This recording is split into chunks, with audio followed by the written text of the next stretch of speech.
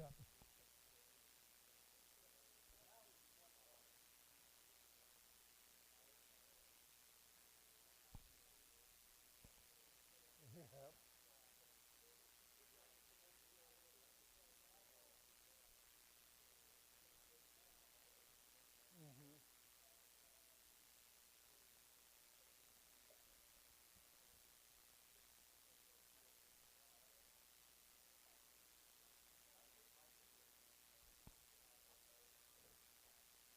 agree.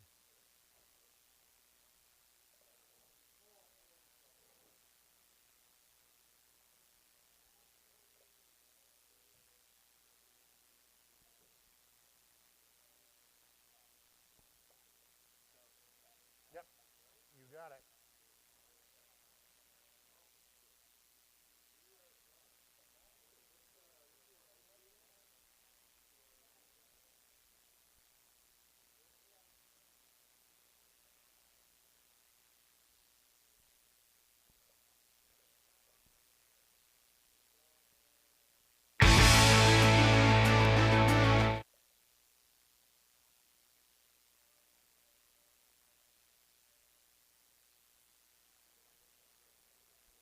No.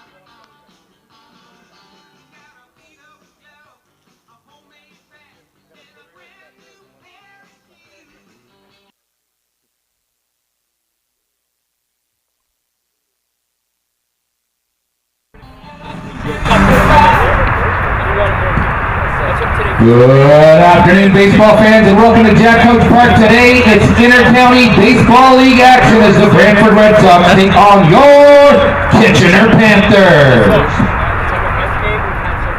Here are the umpires for today's matchup. At first base, Joudrey. Third base, Chris Gold calling the balls and strikes. Behind the plate, Oliver Franciscudo. All right, fans, please get on your feet. It is time to welcome your Kitchener Panthers starting lineup.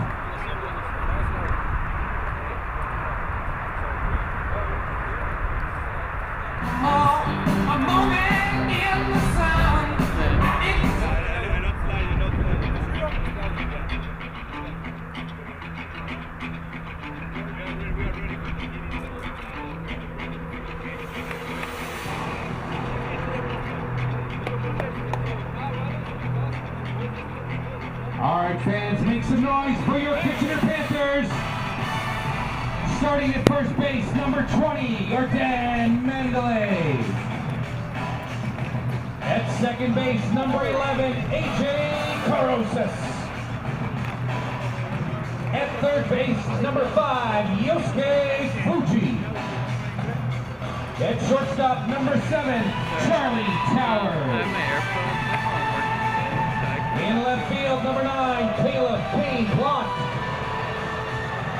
In center field, number 4, Trent Lawson. In right field, number 67, Yosveni Penalve. Behind the plate, number 48, Junior Ibarra. And your starting pitcher today, number 22, Evan Elliott.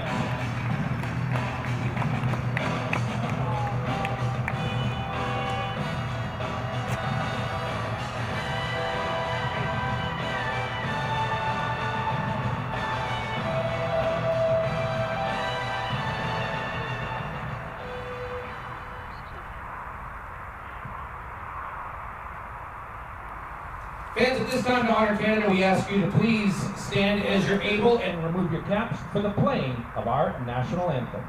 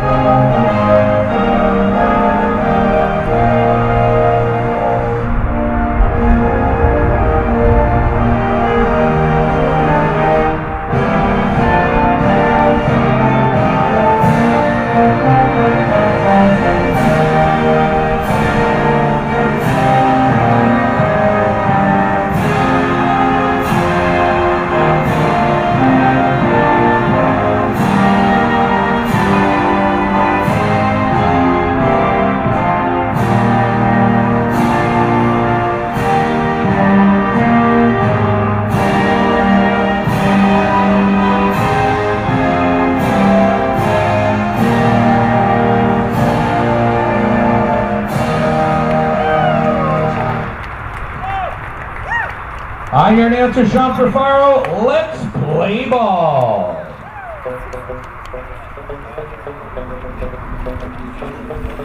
Woo!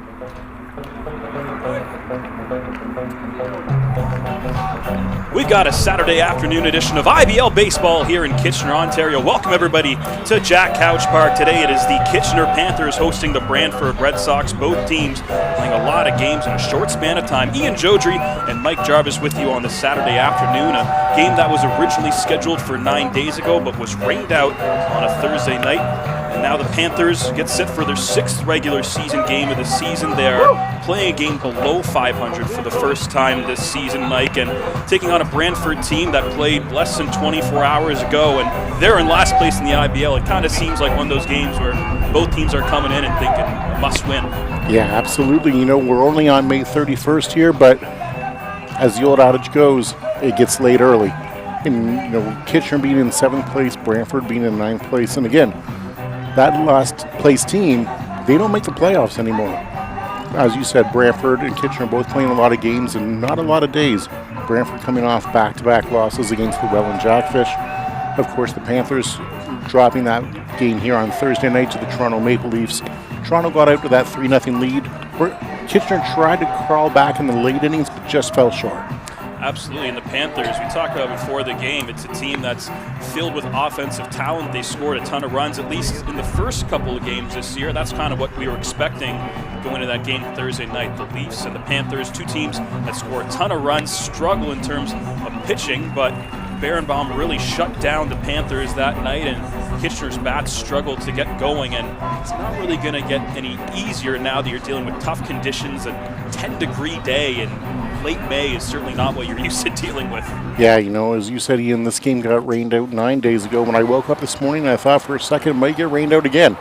That happened to us a couple times last year where we just kept having, I actually think it was against Brantford too, where it was rained out, rained out, rained out. So at least we're getting it in today. It's a little chilly up here, but we've got windows that close now, so we're laughing. 10 degrees Celsius. It feels like 7 here at Jack Couch Park at first pitch. A very cloudy, overcast day, and a windy one at that. Winds are 26 kilometers per hour to the northwest, That pitch from Evan Elliott is strike one. A leadoff hitter, Rene Tashioka, fires in there, fouled away by Tashioka for strike 2. Elliott making his 2nd start of the season. He made his first start on Sundays just a couple of days ago. Of course, a Texas Rangers draft pick that spent some time in the Toronto Blue Jays system. His 2nd season now in the IBL, last year in Toronto. He's quickly up 0-2 here on Tashioka. That pitch just misses outside, ball 1. Calling the balls and strikes today, Oliver Francescudo is the home plate umpire. At first base is Gervais, and at third base is Chris Goen. The 1-2 from Elliott. Swing and a miss. Strike 3, and a good start for Evan Elliott. Strikes out the leadoff batter Tashioka on 4 pitches. Yeah, you always like to see that. Elliott is in his first start this year against London. He went 5 innings. He did give up 7 hits, but punched out 5 batters as well. 3 walks, only 2 runs, so not a bad first start of the year for Elliott. Let's see if he can keep going on that today. Take a quick look at the Brantford starting 9. Tashioka just struck out swinging to start the game. Now digging in is the third baseman, Chris Ortega. Tim Hollick is in the 3 spot. He's playing first base. Nick Burdett, the DH, is hitting cleanup. Jeremy Vea in left field, followed by Lucas Bateman at second. The catcher, Casty Watt. Max Schmarter in the 8-hole playing short. And Ethan Paulos cleaning things up in the 9 spot playing center field. And Elliott falling behind. 2 balls, no strikes here. The second batter of the game, Ortega. Winds and delivers. Check swing, held off, misses the outside corner. And after an excellent first at-bat, Elliott has fallen behind 3-0 here to Ortega. Yeah, 3 walks in 5 innings on May 25th against London to go along with the 7 hits. So a whip of 2, not what you want. He was able to limit the damage, only giving up 2 runs, 2 earned. That one catches the inside corner. Strike 2. Great job from Elliott to battle back in this at-bat. Ortega thought that he had first base. Yeah, he did not like that. He was ready for the bat toss and the jog down to first. If I'm Ortega, if this pitch is anywhere close, I am not taking that pitch this time. Ortega really crowds the plate, and Elliott came inside twice. That time gets him to swing and miss. Back-to-back strikeouts to start the game for Evan Elliott. A little bit of a look back from Ortega for home plate umpire there, as he did not like that 3-1 call at all. Thought he should have been given ball 4 on the 3-1 count indeed, Mike. And instead, Evan Elliott takes advantage, bounces back, and he struck out the first 2 batters of the game. And now it's time for Tim Hollick to dig in. Hollick last night 2 for 4, drove in one of the 2 Red Sox runs and struck out as well. Comes into today in his first IBL season hitting 7 of 21. That's a .333 batting average. Does have a home run and a couple extra base hits to go along with it. And 5 walks on the year for him as well, too. Kind of the opposite game that the Panthers play. They swing out a lot of first pitches. They do not take a ton of walks, a really aggressive approach. So interesting to see how this Red Sox team will do. They take a lot more walks overall per game. You know, Red Sox can on a little bit of that Moneyball formula there. Get on base. Doesn't matter if it's a hit, a walk, catcher's interference, anything. They've walked 17 times in the first couple games of this season. Make that 18 now. Issues the free pass. A 5-pitch walk from Elliott, and Hollick is aboard with 2 down, excuse me. 2 down. 1 on, 2 down for Nick Burdett, who's just, you know, when you hear the word veteran, you think Nick Burdett.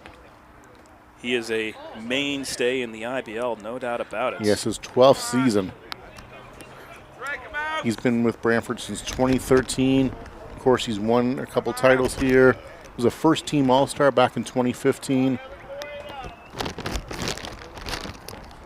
So Red Sox manager Jeff Lounsbury crafting the lineup, going lefty, righty, righty, lefty to start the day. So now it's Burdett hitting from the left side, and the DH here this afternoon after taking ball 1.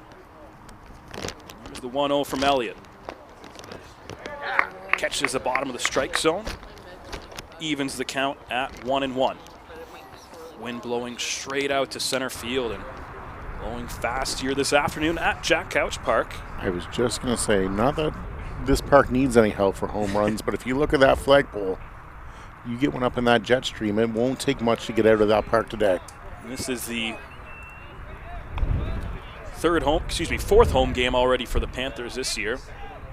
At least one player has homered in each game at this ballpark this season as Burdett takes ball 2. And of course, the Panthers back in action here tomorrow at 2 o'clock against the Barrie Baycats. That's right, the Panthers playing a stretch of 3 games in 4 days. Fortunately, all at home. Brantford not quite as lucky, as mentioned, coming off back-to-back losses to the Welland Jackfish last night at home. Today, of course, on the road. And then next up, they are headed to Christie Pitts tomorrow afternoon for a 2 o'clock first pitch against the Maple Leafs. Elliott has fallen behind after striking out the first 2 batters of the game, walked Tim Hollick, and now Burdett is up in the count 3-1. Elliott checks on the runner at first. Diving back in safely is Hollick. And Ian, you mentioned the Panthers playing 3 games in 4 days. That's why Vargas' start on Thursday, he gave up a couple runs, the big 3-run home run early, but he was still able to go 7 innings. Save that bullpen.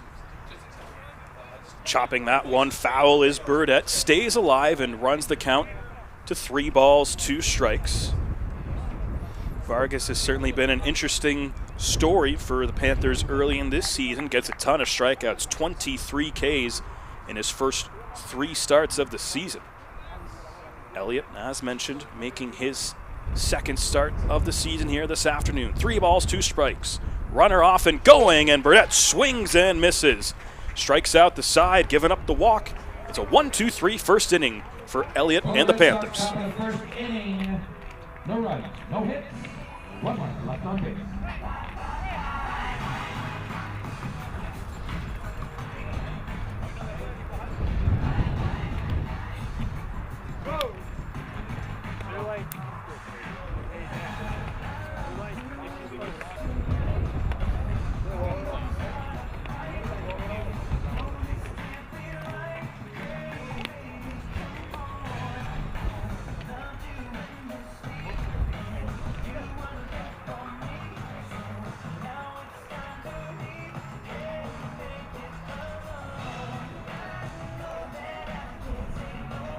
Fans, don't forget to get your 50-50 tickets for today's draw. We'll have that draw in the 7th inning as well. Program prizes, make sure to pick up your lucky program. We're going to give away the program prizes in the bottom of the 5th inning.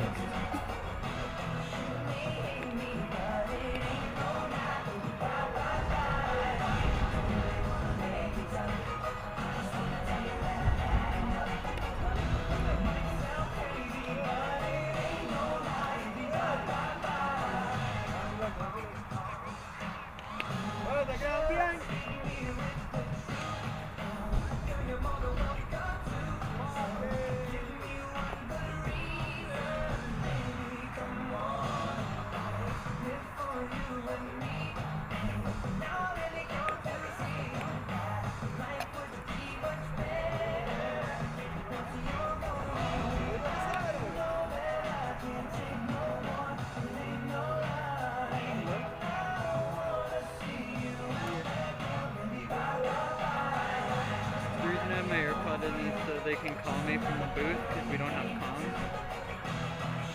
So they're just calling me.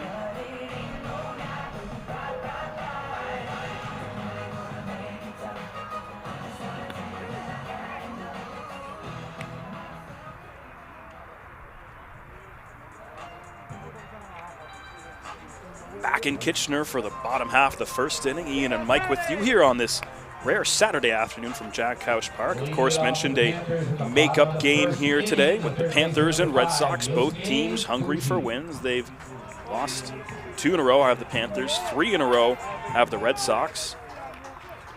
And they have not won a game on the road this season. And here comes the switch hitter, Yosuke Fuji, homered in his first IBL at bat earlier this week. And got the start, his first start against the Maple Leafs on Thursday. Went 1 for 2 in that, went 0 for 4 in that game. Fuji, line drive in a left field, that'll drop. Second pitch of the game, and he's aboard with a leadoff single. Yeah, nice to see a runner on base early for the Panthers. The Panthers had a walk in the first inning on Thursday against the Leafs, and then it took them quite a few innings on Thursday to get the bats going. The comeback fell a little short, a little late. But hopefully they can get the bats going nice and early today against former Panthers De Los Santos. He got into 10 games for the Panthers last year with a 4.8 ERA in the regular season. 1 game in the playoffs, 0-1 with an 18 ERA. So far, he's only had 1 start, 2 games for the Red Sox this year, 1-0 record, a .75 ERA. Mandalay squares around to bunt off the first pitch from De Los Santos, and De Los Santos airmails that one to the backstop, so wild pitch advances Fuji to second base, and already a runner in scoring position. We'll see if the bunt is still on. The Red Sox are thinking that it is. They've still got third baseman Ortega in on the grass there. Crushed down the left field line, hooking left, and just foul. Right into the corner next to that foul pole near the 320 mark. And Jordan Mandalay just missed a RBI double. Yeah, that did not miss by much. A matter of inches there. Mandalay with a real good swing on that breaking ball there. Runs the count to 1-1. Take the opportunity to look at the starting nine for the Panthers today. Fuji, of course, the leadoff hitter, singled in his first at-bat. Now it's Jordan Mandalay. Hitting second, playing first, Yosvani Penalve is the right fielder today, hitting third. Junior Ibarra catching. AJ Carosis playing second in the 5 spot. Charlie Towers is the shortstop, followed by Trent Lawson in center field. Nick Parsons, the DH, hitting way down at the 8 spot. And Caleb Kane-Plant getting the start today in left field. Grounder up the middle from Mandalay, and booting it is Schmarter. Tries to gun him out at first and got him on the second effort. Great recovery from Schmarter to get out number 1. Yeah, that was a really good recovery. When he made that bobble early, I thought Mandalay was going to beat that out. Nonetheless, still a productive at-bat. Got Fuji over to third base with less than 2 outs. Oftentimes, coaches will tell you never, when you're at second base, less than 2 out, never run when the ball is hit in front of you. And that one was kind of right on the borderline, but Fuji with his speed took the gamble, and it paid off, of course, with the shortstop Schmarter booting that one. Here is the lefty playing right field today is Yosvani Penalve. Takes strike 1. Yeah, you're absolutely right, Ian. And I wonder, I'll get back to my thought here in a second. Penalve pops that one in a left field, plenty deep to score the runner. Fuji, he's in to score, slides in, and the Panthers send 3 runners to the plate and score a run to get things going. They're up 1-0. I was just going to say there, I wonder if the fact that the offense has been sputtering a little bit the last couple games, if that did influence Fuji's decision to try to take that extra 90 feet there. And look, it paid off with a run early. When you know runs are at a premium, that can certainly affect decisions on the base path. So you see that across baseball. You know, you can have your golden rules from a coach, but when it comes to having a feel for the game and knowing how your team's playing recently, that can factor in to a lot of decisions on the base pass. Junior Ibarra digs in, pops up the first pitch down the right field line. It'll go foul for strike number 1. And it's just an exciting brand of ball to watch as well. You know, instead of station to station, you know, don't get me wrong, that has its place and time, but first to third, second to home, that's exciting. That gets fans exciting. That gets the people at home excited. Everybody's having a good time. Ibarra has played in all 5 games for the Panthers this year. He is 5 of 19, swings through that one. Has only struck out once on the season. Has homered and driven in 4 runs in the process. Finds himself behind 0-2 now against De Los Santos. Here's the delivery. Ibarra, chopper to the left side. Fielded by Ortega. Sets his feet, fires to first. And did he hold the bag at first? Yes, he did. Nice play by Hollick to secure it. Get that third out. The Panthers do get a run, though. Yosuke Fuji, the single, then comes around to score on the sac fly from Yosvani Penalve. The Panthers have their first lead in 2 games. It's 1-0 after 1.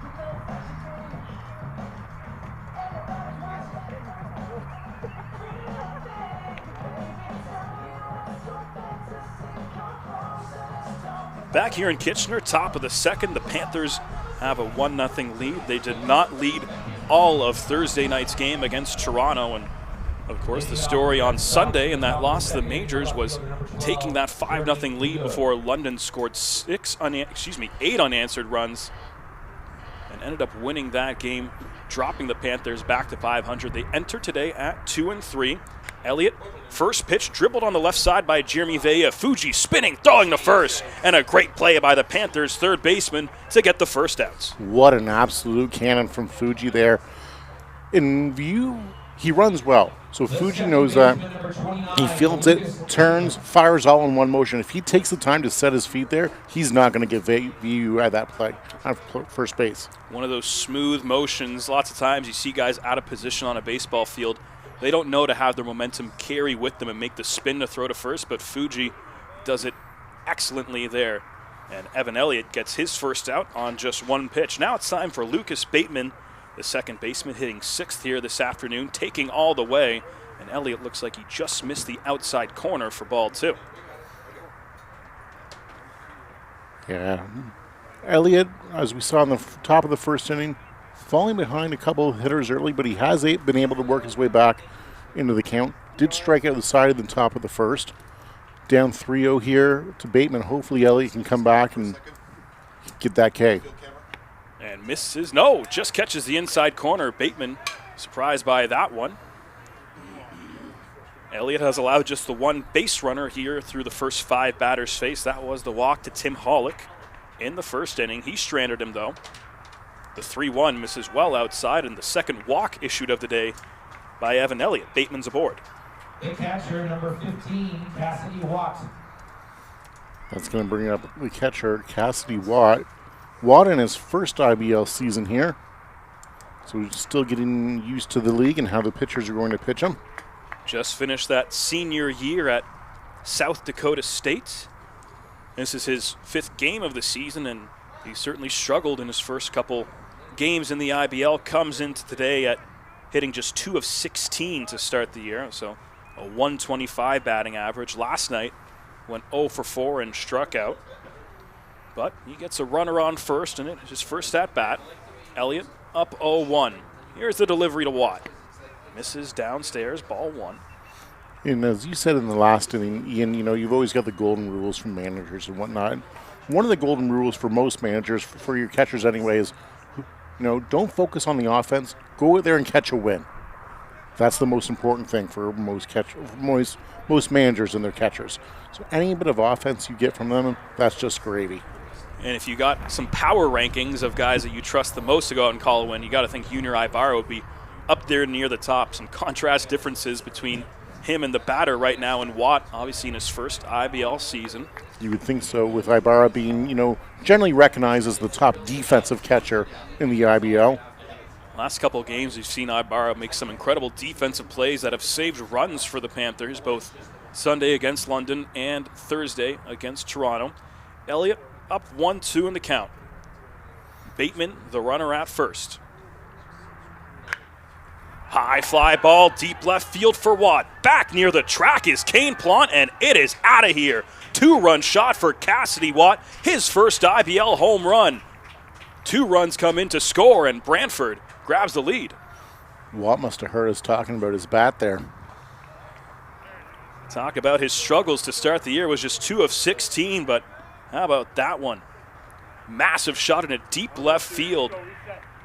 Evan Elliott gives up his first home run of the season, and the Red Sox have the early lead. Again, that wind is blowing out there quite fierce today. As we said in the top of the first inning, anything that gets up in that jet stream today is just going to go.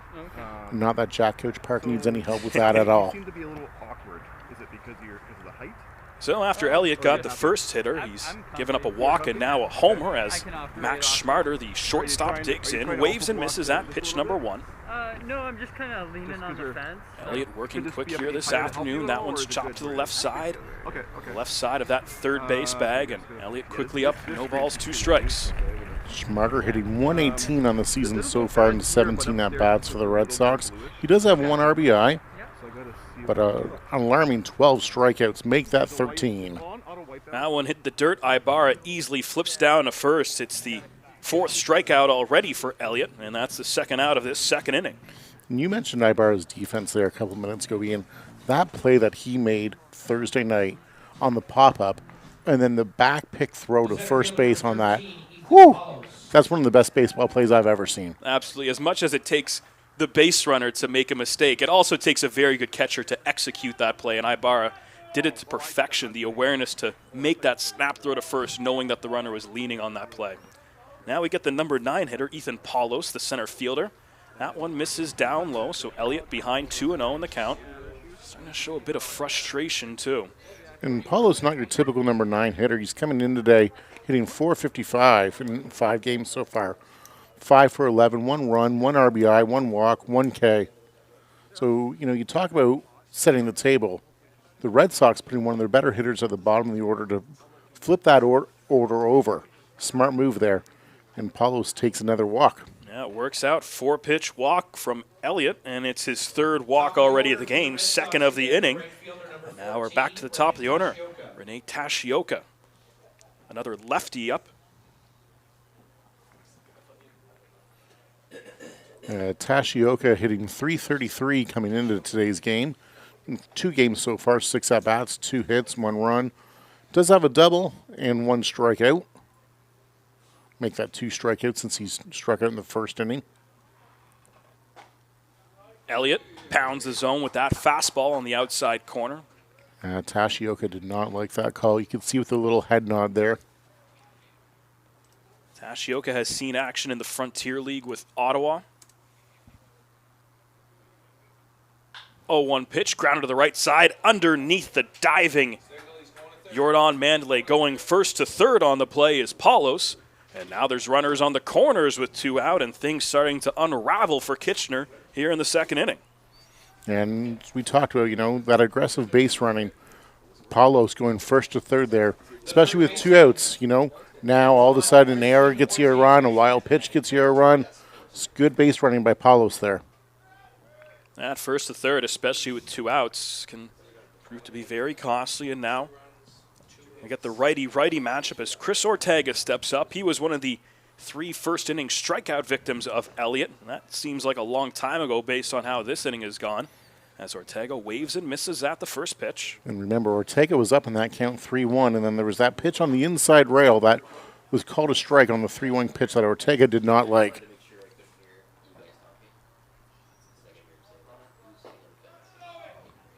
Ball 1 misses down low, throw down to second from Ibarra. It's a stolen base for Tashioka. Now there's 2 in scoring position with 2 out, and that's one of those plays that oftentimes you'll see that runner from third try to break in and make it a timing play. Yeah, I was a little surprised that Ibarra actually made the throw down there. So count even at 1-1. Rene Tashioka, the runner on second. Ethan Paulos, the runner on third. Here's the 1-1 from Evan Elliott. That one's in there, strike 2. That's a real good off-speed pitch there. Ortega looked like he was sitting dead right there just by the fact that those knees kind of buckled when that off-speed pitch came in. Elliott loves to set up that sweeper with that high-velocity fastball. Another breaking ball just misses the inside corner, evens the count. What's your favorite pitch to see, Ian? I mean, if I was really good, a fastball. Right. I guess I'd say a hanging breaking ball. Yeah? How about you? It depends. I'll talk more in a minute. Chopper, back to the mound. Ibarra's going to field it himself, fires down to first, and Elliott gives up the 2-run homer but escapes the jam. The Red Sox leave 2 stranded. It's 2-1 Brantford as we head to the bottom of the second.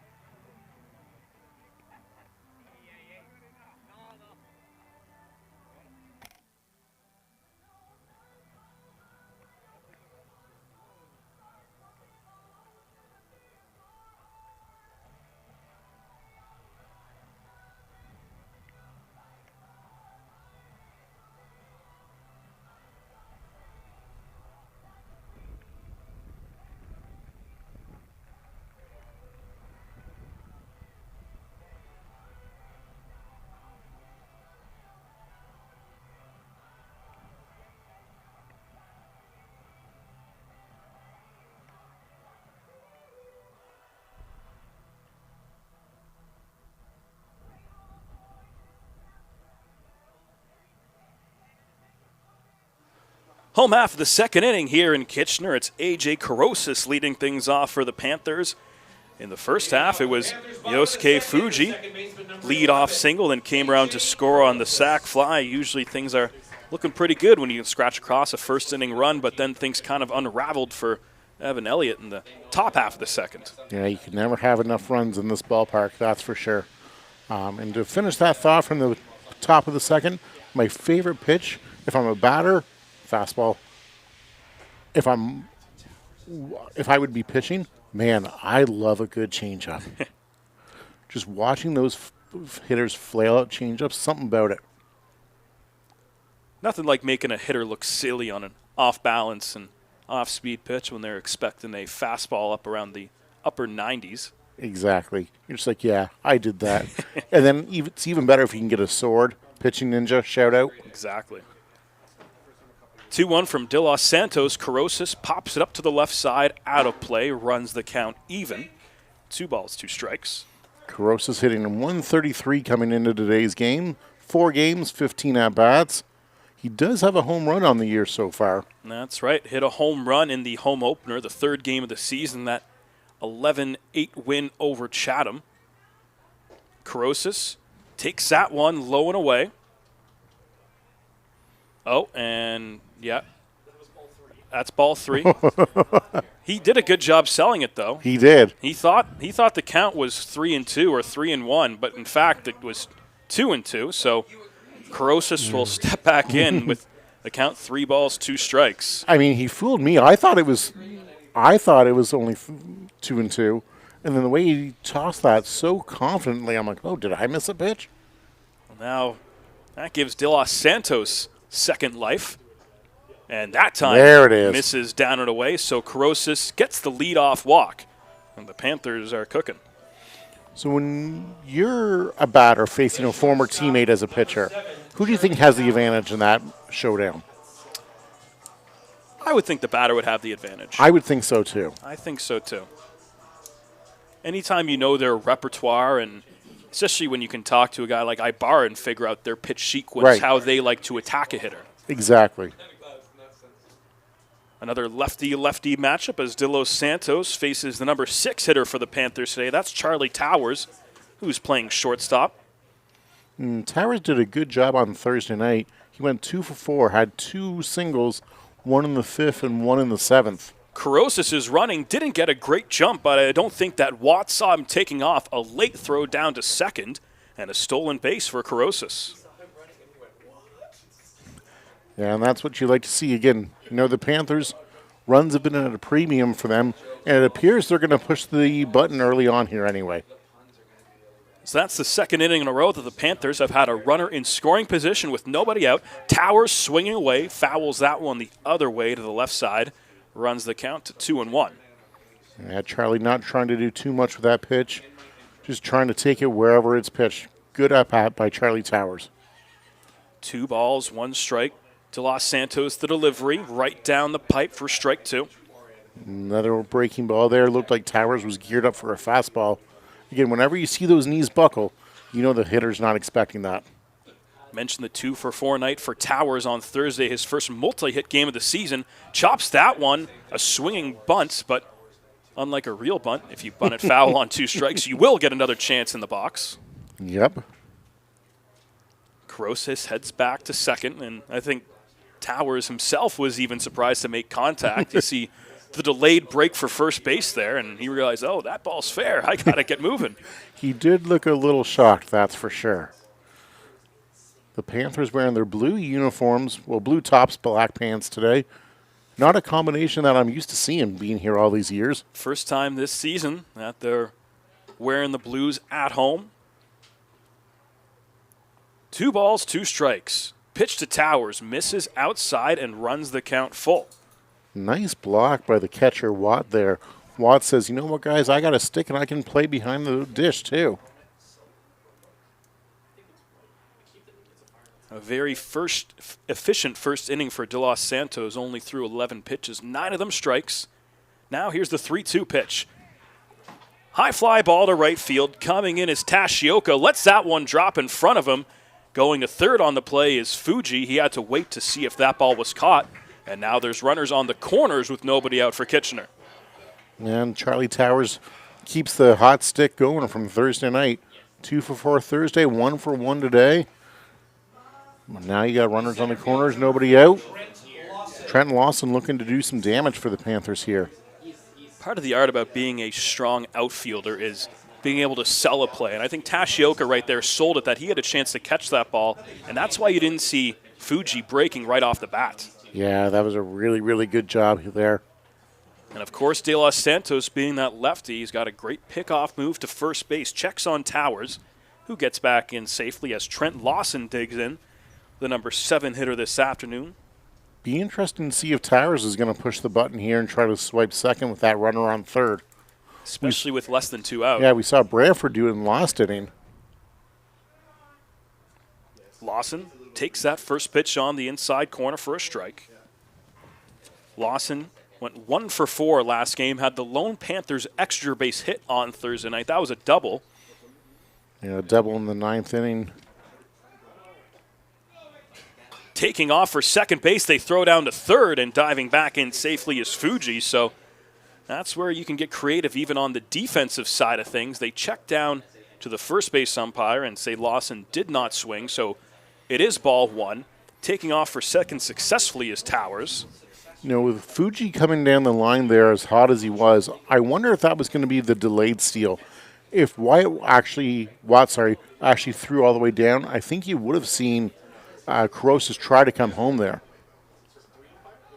Pitch inside, ball 2 to Lawson.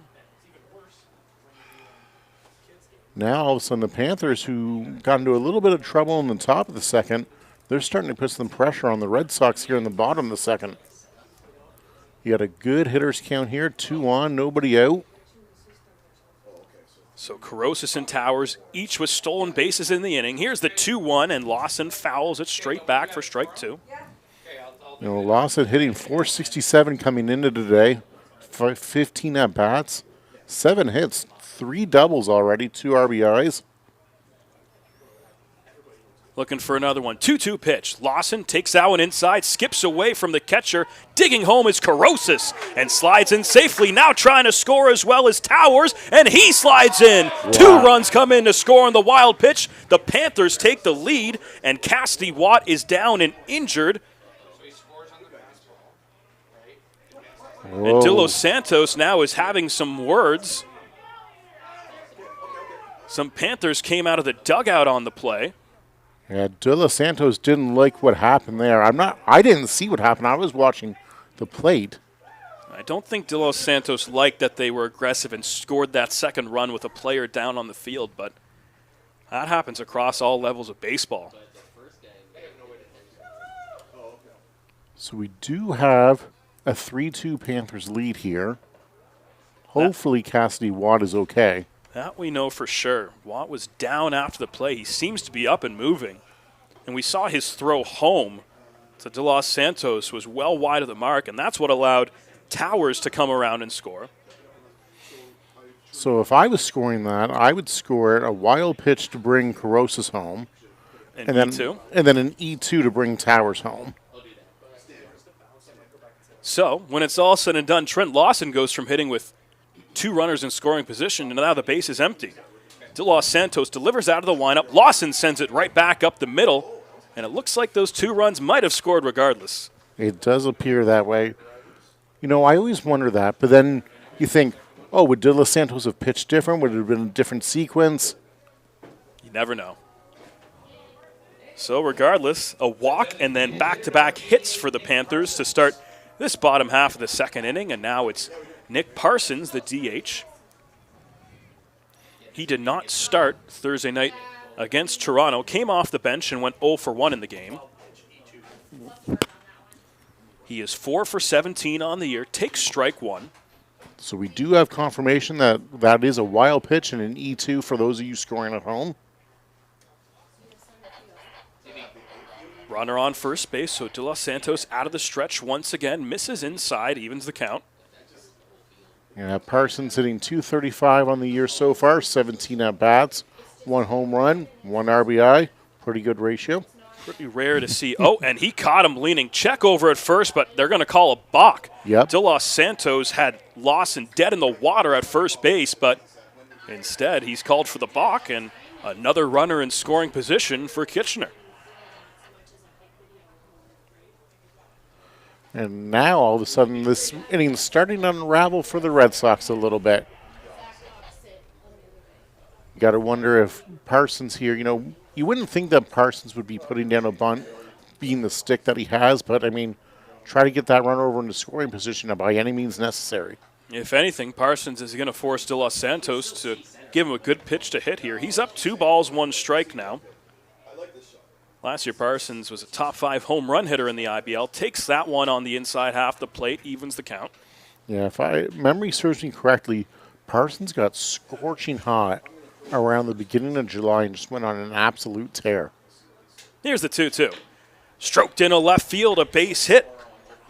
Lawson rounding third and will get the stop sign, so runners at the corners once again as Nick Parsons keeps the train moving with a single. And that's what you like to see if you're a Panthers fan. In no sense pushing the issue there with nobody out. Jack Couch, as we've said before time and time again, it is a smaller park, so the outfield isn't going to have as much distance to make that throw. Smart base running and base coaching there by the Panthers. Caleb Kane-Plante takes in now. He hasn't played since opening day at Christie Pitts back on May 11th, so getting his first action in 20 days. Digs in, lays down the bunt, able to field it as De Los Santos juggles it and doesn't have a play. A run comes in to score on the RBI bunt single from Caleb Kane-Plante. 4-2 Panthers. And Parsons moves over to second. Get an RBI there. Now we've got a meeting on the mound for the Red Sox. De Los Santos looks to be a little rattled. Pretty surprising when you look at what he had done this season. He had 2 appearances, the 1 start, 12 innings of work. Right.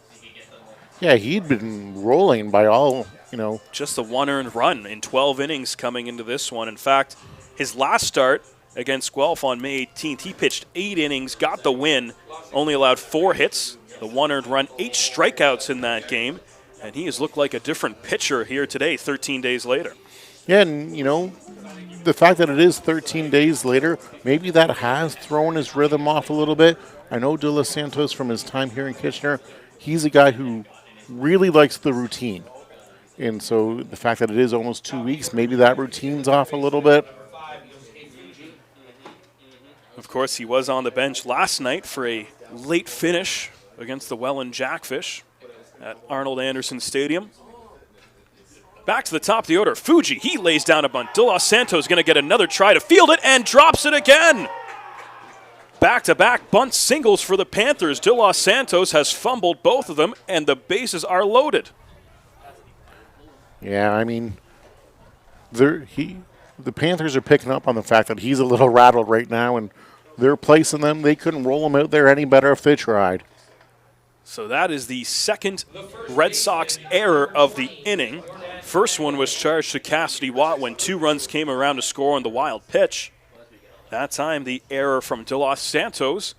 And now the bases are loaded for Jordan Mandalay. This is a dream situation offensively for the Kitchener Panthers. Yeah, Mandalay, he's going to be looking to do damage here.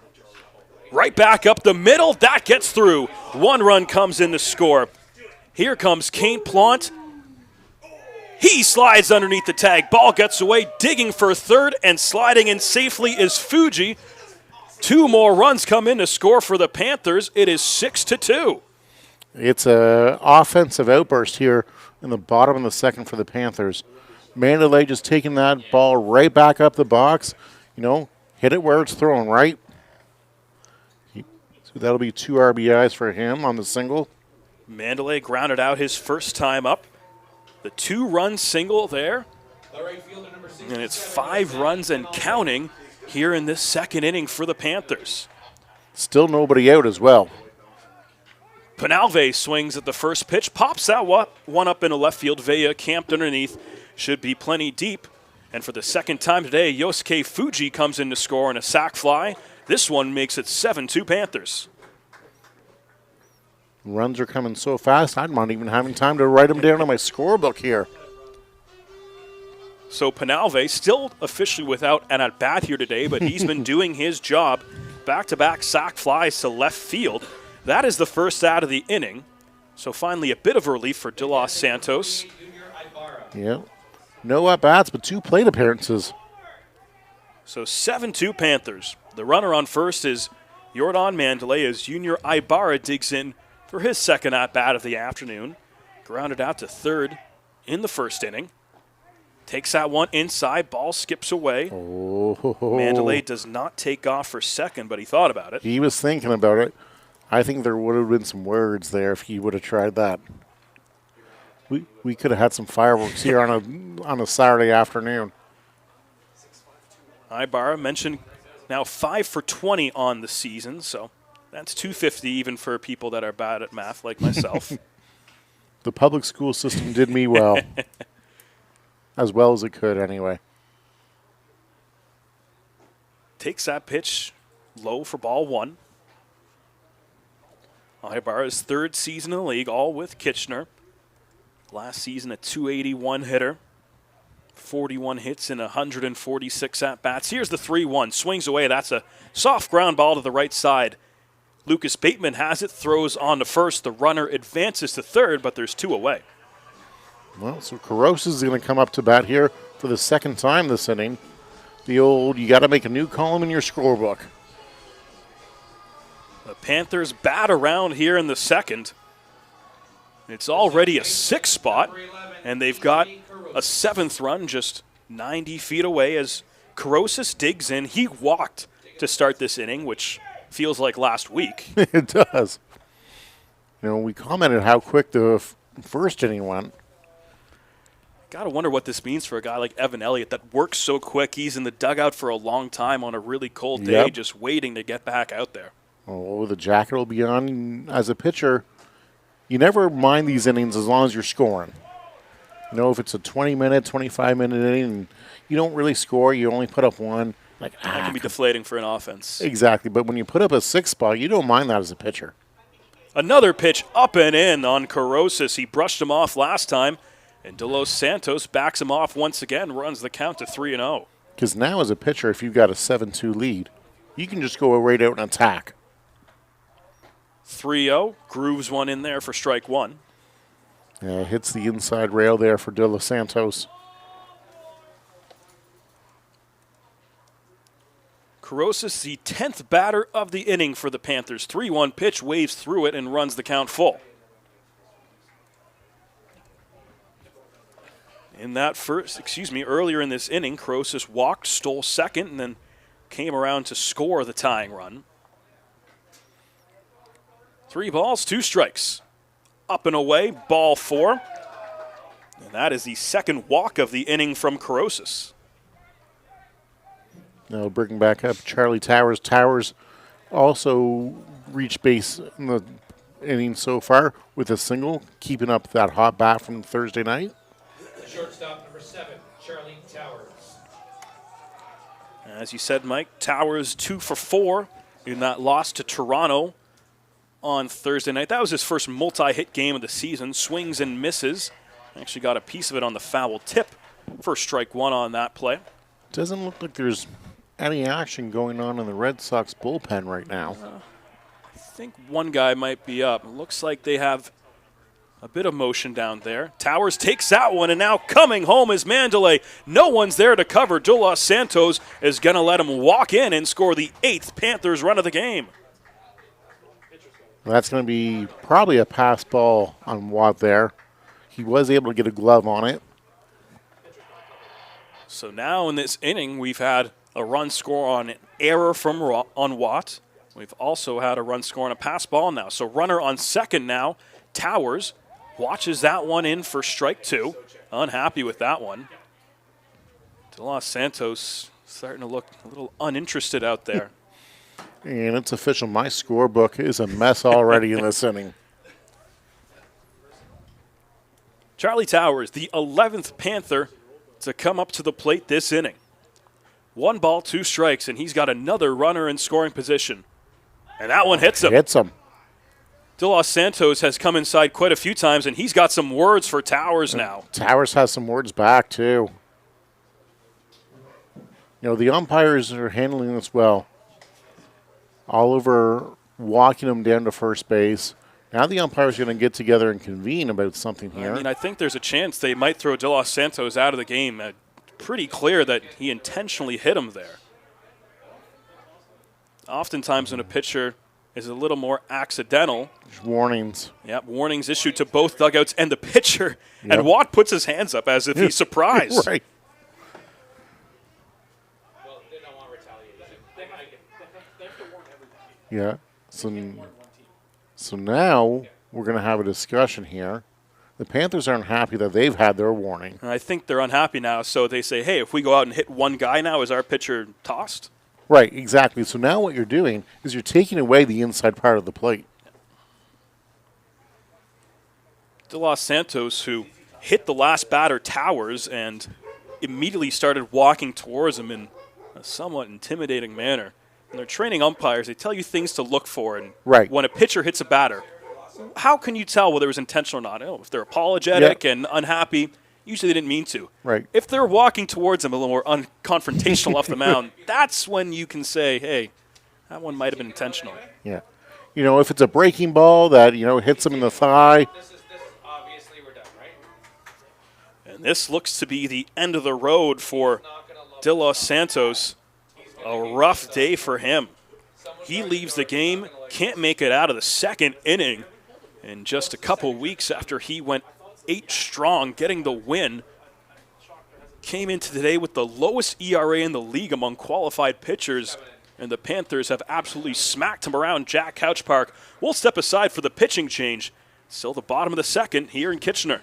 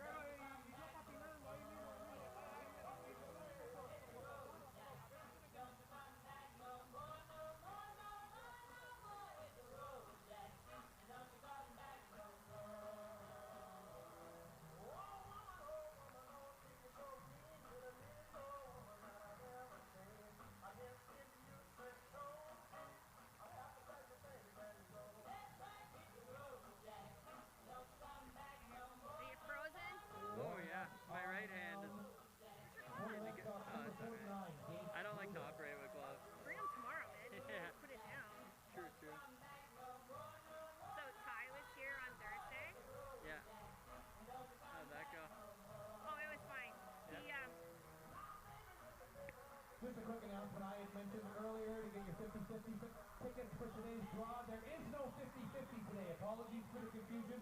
No 50-50 today, but come on back tomorrow. We're going to have 50-50 tomorrow. Save that money. Maybe buy 2 tickets tomorrow. 50-50 tomorrow afternoon. Yeah, it's been a lot. Oh, did I tell you? Eric Kevin got measles. And he's fully vaccinated. It's 2 weeks now. Yeah. I can't tell if it's from when BTO was here. Could be. Or if he was at a high school. Yo. That sounds like a light culprit there. Yeah. High school. He was there for a week. So I was like, oh my god. Right?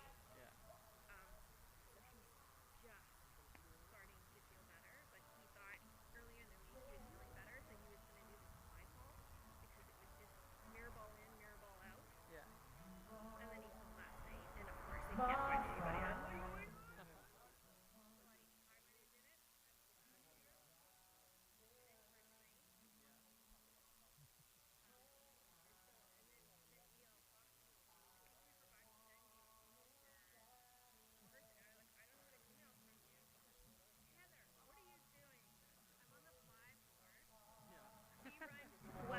To run a lighting board, right? I go, it's okay, all pre-programmed, turn it on, call me, FaceTime. Bottom of the second, still not over here in Kitchener. Gabe Bruder is in for De Los Santos after he threw 54 pitches and could not make it out of this second inning, and still 2 aboard and a chance for the Panthers to do some more damage. His first pitch is in the dirt. Both runners will move up. And a tough start for Gabe Bruder. 2 in scoring position now. Yeah, Bruder's second appearance of the year. 0-1 on the year. He does have 1 inning pitched, 1 hit, 2 walks. Bruder last year for the Red Sox, 9.25 ERA in 8 games, 11 2/3 innings. So De Los Santos gave up those 8 runs, 6 of them earned, and he is still responsible for those 2 runners on base. Trent Lawson digs in now. Takes that one up high. Helmet flies off as Lawson gets out of the way. And, of course, the last pitch that De Los Santos threw was right on the thigh of Charlie Towers. That sent him to first base. And he had brushed aside Carosis a few times in the at-bat before that. Bruder trying to collect himself with 2 in scoring position, facing Trent Lawson. Here's the 2-0. That's in the dirt once again, and it's 3-0. And as you said, Ian, you can, kind of tell what a pitcher's trying to do by their body language. That pitch by Bruder there was nothing on that. Not intentional. No, that just got away from him. A breaking ball that just didn't break. 3-0 pitch, can't groove it in there, so Bruder comes in, throws 4 pitches, all of them balls, and now the bases are loaded for Nick Parsons. Parsons, who had a single earlier on in this inning. Let's see if Parsons can really break this game wide open here with that big stick of his. And Parsons is the lucky number 13th batter of the inning for Kitchener. They have already scored 7 runs. That was after they put up 1 in the first, so an 8-2 lead. Here's the first pitch. Inside, Parsons takes ball 1. Bruder's having a little bit of an issue finding the zone here. 5 pitches since coming in, 5 balls. Just looks like he can't get that breaking ball over for a strike right now. Let's see if he grooves one in there and gives Parsons a chance to hit it hard somewhere. That time takes another one low, ball 2. He did go with the heater, but again, couldn't locate that either. As mentioned earlier, Parsons came off the bench last game, went 0 for 1 and was hit by pitch. Now he's up 2-0, bases loaded. What a spot for the big righty. Waves and misses. He wanted that one. I think he caught the pitcher, Watt, on the backswing. Yep. And Watt, who's already been laboring this inning, it looked like he might come out of the game earlier.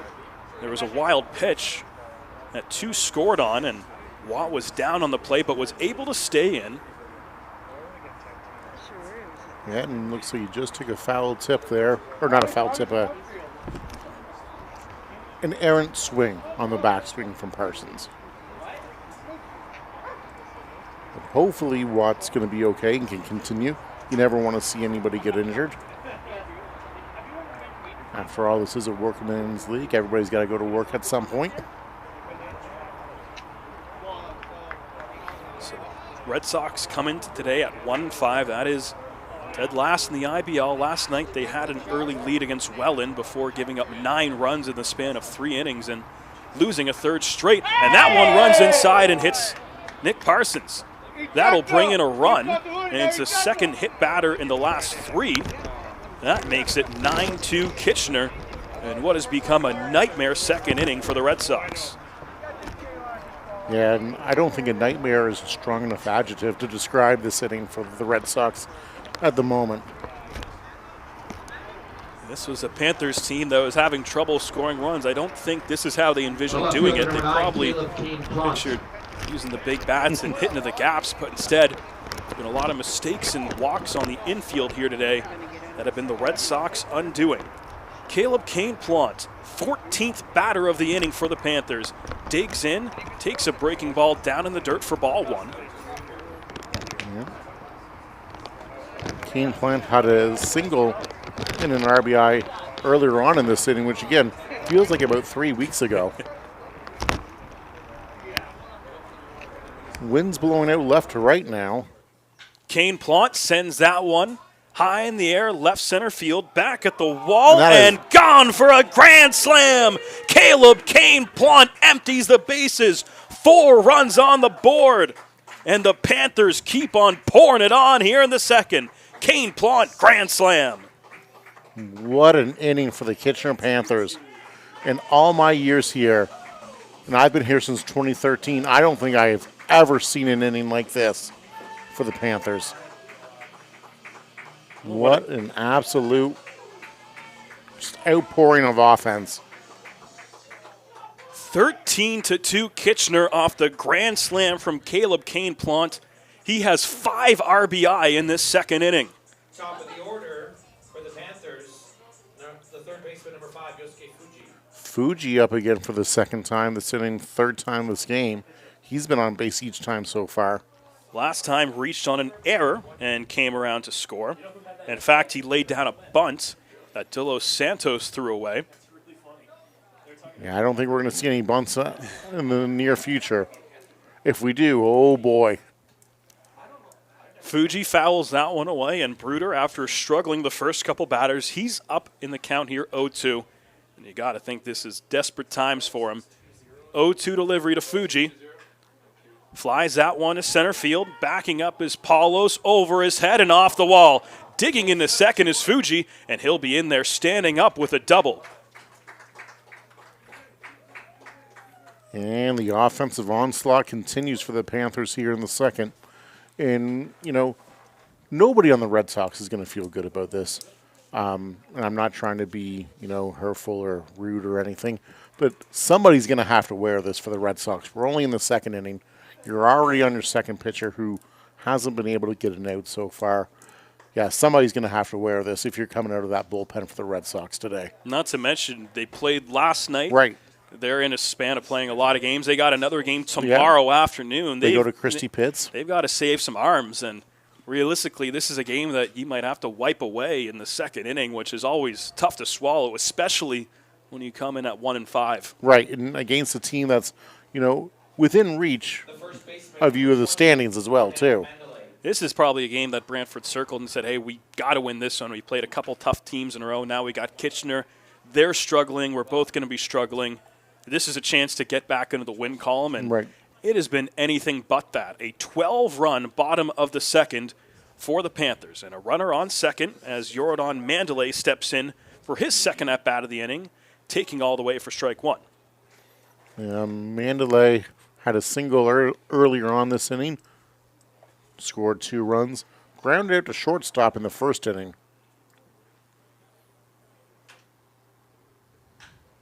Mandalay strokes that one high and deep to right center field, back at the wall, and that is out of here. Jordan Mandalay, a no-doubter, 2-run homer. It is a 14-run second inning for the Panthers, and they have a 15-2 lead. So now this is a little bit more what the Panthers envision. You know, we've had 2 home runs in the last 3 batters, a double off the wall. This is how the Panthers... You know, don't get me wrong, the Panthers will take, any team will take any runs any way they can get them. But you'd much rather them like this than the errors and the wild pitches and whatnot. Yosvani Penalve stepping in. He is the 17th Panther to step to the plate near this inning. I think we're going to have another change because this is another mound visit. So Gabe Bruder, unable to record an out in his appearance. He came to the game, gave up the grand slam to Caleb Kane-Plant, and then the 2-run home run to Jordan Mandalay. The nightmare isn't over quite yet.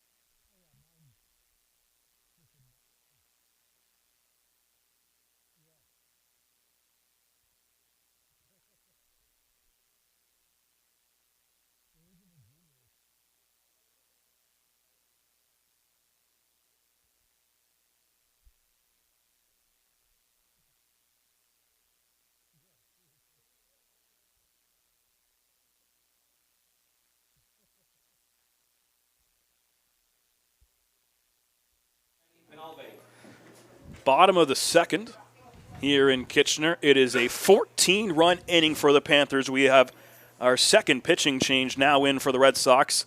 Is the righty Carter Bettis in his first IBL season. Yeah, Bettis, as you said, in his first IBL season, did play 3 years with Laurier to criminology.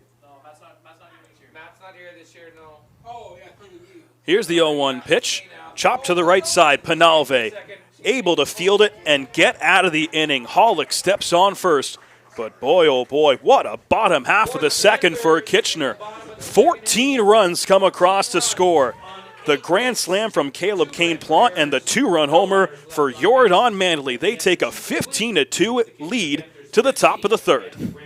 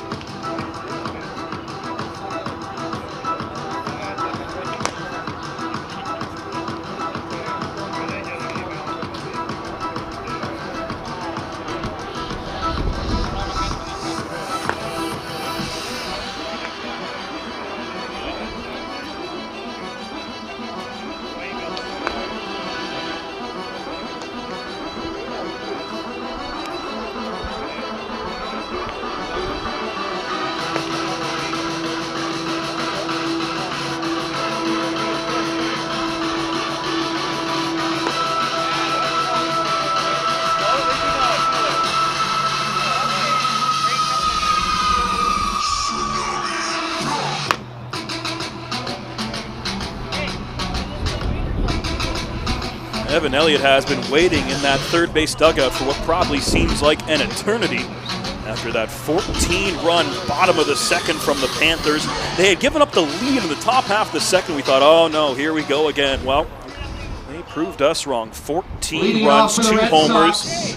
Caleb Kane-Plant, the grand slam. Jordan Mandley, a 2-run homer just 2 batters later. 3 different pitchers saw action in that second inning for Brantford, and after all that, Evan Elliott is back out on the mound, going to work against Tim Hollick. Yeah, and now if you're Evan Elliott, just throw strikes. It takes a whole lot of pressure off. Yep. You know, you don't have to sit there and nibble on the corners. Just throw strikes. That's your obviously that's your goal every time as a pitcher, but even more so now. Elliott gets Hollick to swing and miss for strike 1. This is Hollick's second trip to the plate. He walked in his first trip up when Elliott struck out the side in that first inning. Just misses low. Runs the count to 2-1.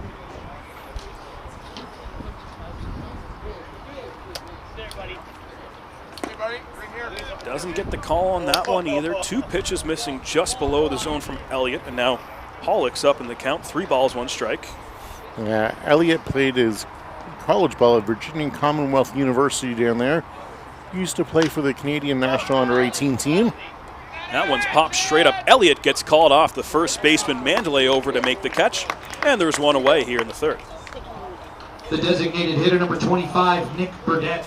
Pitchers love to play hero. That's why they do PFP. They love to go and do. That's why you see them going out and shagging fly balls before the game. They love to be outside the box and do something they're not used to. But wisely that time, Elliott called off by the first baseman Penalve, who had a much better angle at that. Pitchers are athletes, Ian. Nick Burdett's the second hitter of this top half of the third. He's the DH here this afternoon. Struck out swinging his first time up. Yep, which seemed like about 4 moons ago. I was going to say there's no amount of time that you could give that would justify. That would really do it justice of how long it has been since that first inning. But I'm not going to complain. It's a Saturday afternoon at the ballpark. Burdett watches that one outside. Burdett has certainly had his struggles this season. We talk about he's a veteran in this league, his 12th year with the Red Sox. He is just one of 16 to begin this season. Watches that one in there for a strike. Burdett, historically slow starter each year, though. Burdett waves and misses. Foul tip, and it looked like it popped out of the glove of Ibarra, and it caught him as well on the backswing. Yep. So home plate umpire Oliver Francescudo gives him a moment to recollect himself as the count evens at 2-2. You know, those catchers and umpires, they got to work together and take care of each other. When I was growing up playing, I was a catcher, and I'd have umpires take care of me and vice versa. 2-2 pitch, waved and missed by Burdett. Strikeout number 5 on the day for Evan Elliott. 2 away here in the third. Brings up Jeremy Viu, who grounded out 5-3 back in the second inning. The left fielder, number 12, Jeremy Viu. The 5th IBL season. This is his 3rd with the Red Sox after starting his career with the Cardinals. Takes that one in there for a strike 1.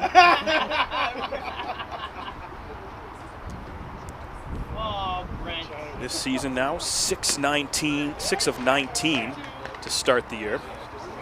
It's a shade over 300. Coming off a tough night last night against Welland, where he went 0 of 4 and struck out. Here's the 0-2 from Elliott. Swing and a miss. Nope. Fouled. Just got a piece of it. Ibarra unable to squeeze it, and will do the 0-2 once again. You know, and as we said at the start of the inning, you know, if you're Evan Elliott, just attack the zone, and that's what he's done so far. He wants to get back in that dugout, hoping for another 35-minute inning. That one just misses on the inside corner. And if you're the Red Sox here, you know, you're down 15-2, top of the third. The important thing is you know you're not going to get all those runs back at once, right? So there's no sense going out there swinging for the fence. Chip away here, get 3 this inning, maybe you get 3 the next inning, something like that. The Red Sox did score twice last inning. Yeah, exactly, right? So it was Cassidy Watt, the 2-run homer. That one catches the inside corner. Evan Elliott, strikeout number 6 on the ball game. They go in order in the top half of the third. It is still 15-2 Panthers.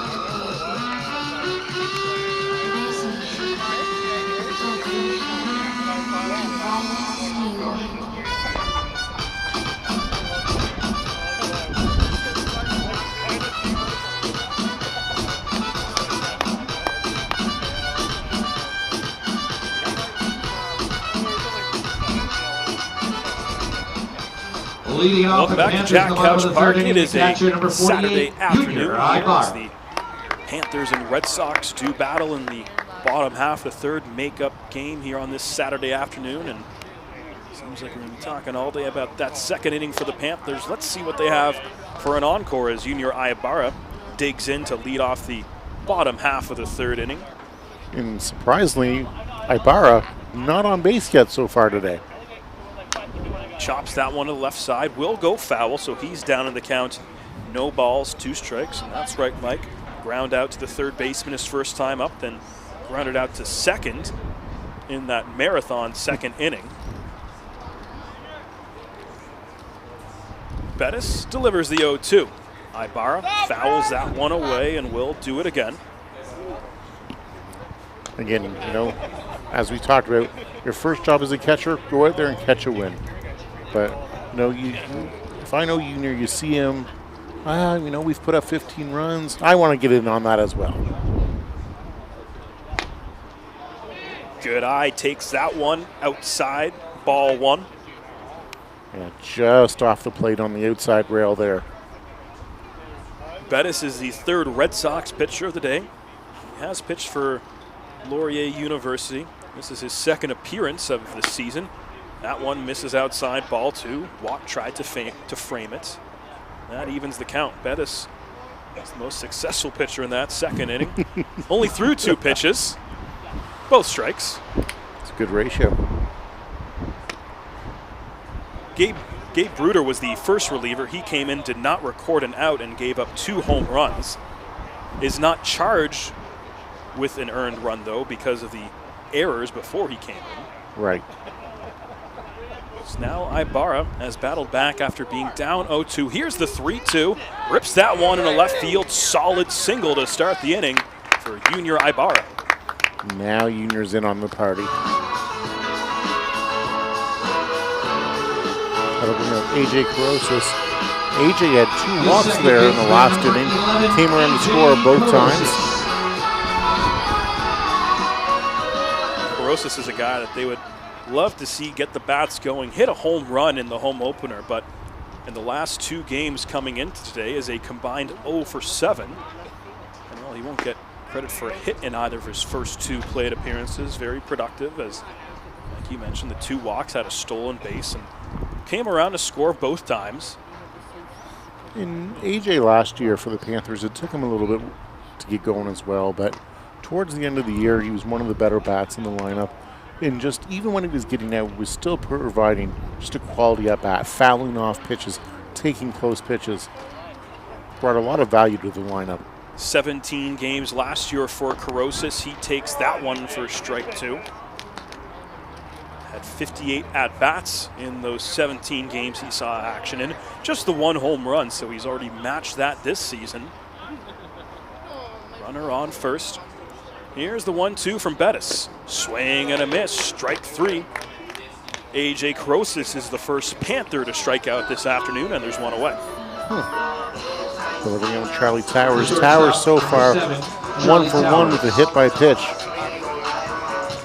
Did score 2 runs there in that second inning, last inning. Had a stolen base as well. Before that game Thursday against Toronto, Towers was just 2 of 13 to start the year, but a multi-hit game on Thursday. Already has a run and a stolen base here this afternoon, so he should have a few more chances to try and make it back-to-back multi-hit games.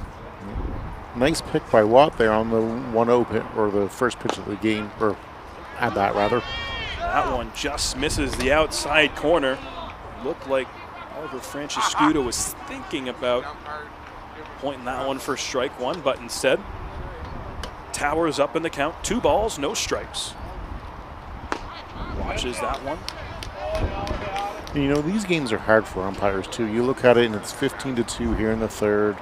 And, you know, your tendency would be to maybe expand that zone a little bit, but, you know, you want to be consistent. Towers flies that one the other way in a left field can of corn for Jeremy Veilleux in left field, 2 away. Bring up Trent Lawson. Lawson, like most Panthers, last inning, got on base twice. The center fielder, number 4. Had a single and a walk. Lawson also came around to score twice. Well, in the second inning, it took the Red Sox 9 hitters in order to record 2 defensive outs. This time, it's only taken them 3 hitters, so much better pace. Lawson takes that one low in the dirt for ball 1. Lawson comes into the day 7 of 15 to start the year, so make it 8 of 15 after the walk and the single to start this game. Fly ball high in the air to center field. Paulos going back, still going back, but has room to make the catch. And after a nightmare second inning, in the bottom of the 3rd inning, Red Sox get out of the 3rd unscathed. It's still 15-2 Kitchener as we head to the top of the 4th. 15, and the Brantford Red Sox 2.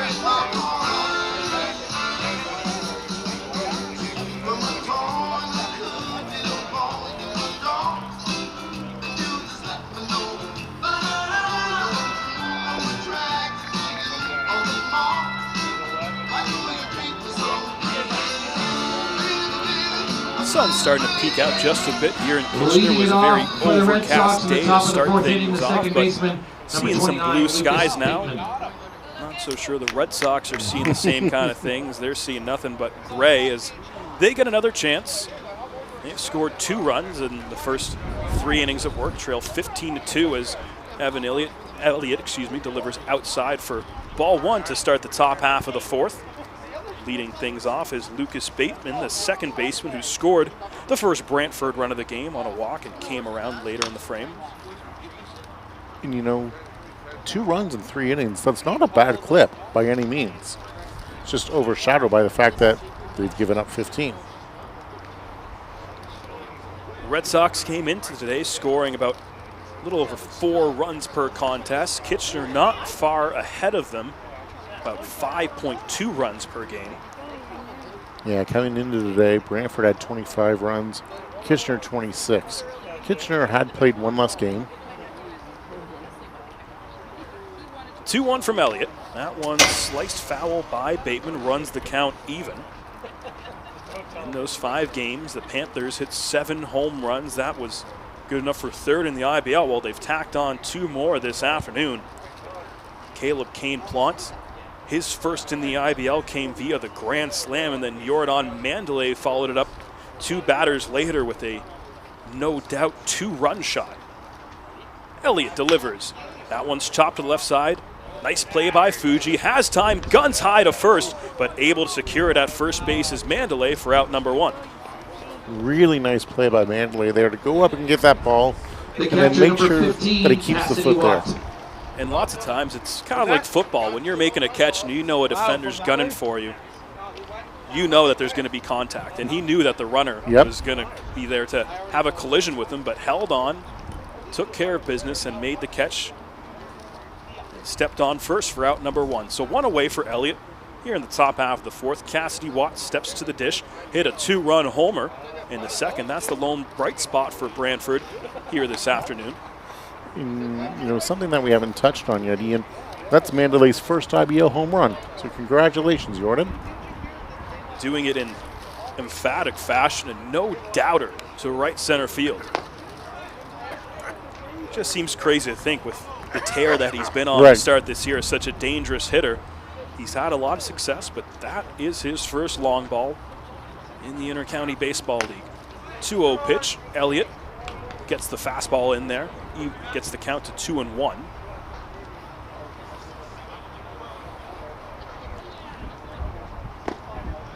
In the dirt. Watts up 3-1 in the count. Elliott's angry at himself that he missed that pitch there. Elliott threw 17 pitches last inning.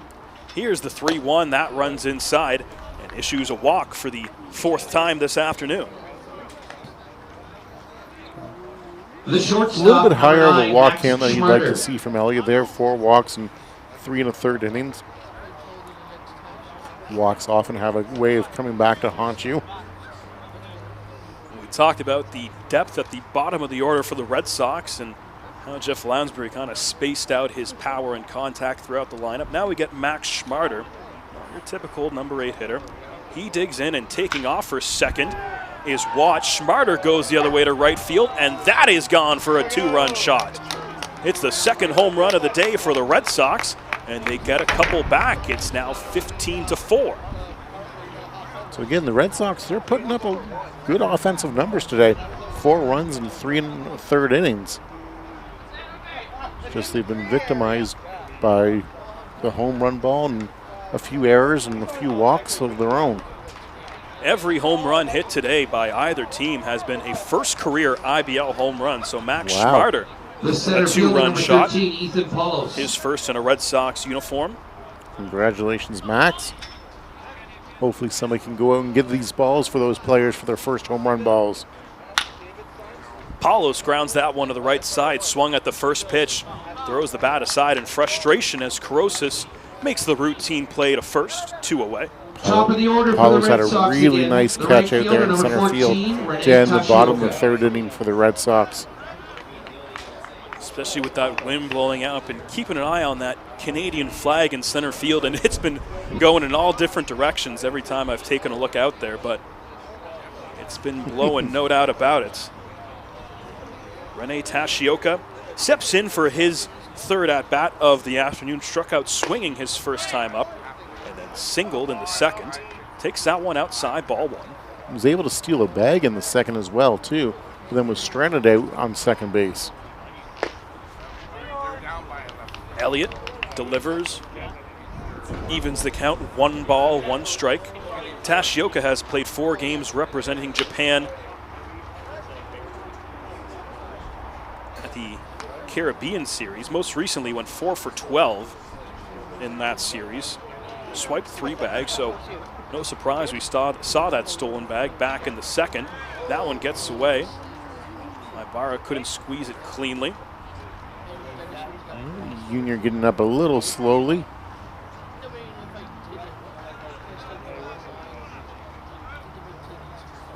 So 2 runs come in to score on the 2-run homer from Max Schmarter. An opposite field homer for the righty. Now here's the 2-2. Fouled off, and Elliott will have to do it once again. Yeah, this bottom of the Red Sox lineup, you know, hitters 6 through 9, 6 through 8 really, accounting for the Red Sox runs so far today. So we talked about lots of depth at the bottom. Pitch number 18 of this inning for Elliott. Swing and a miss.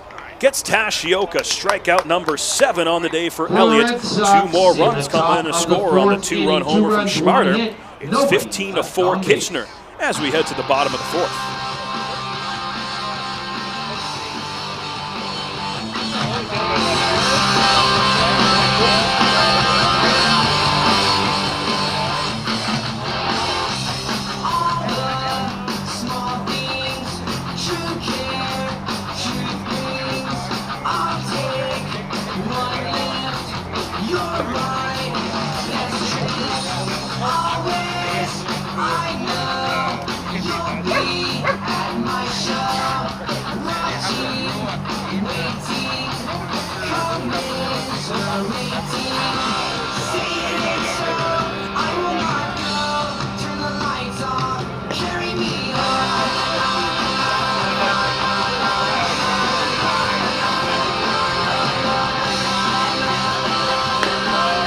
Gold?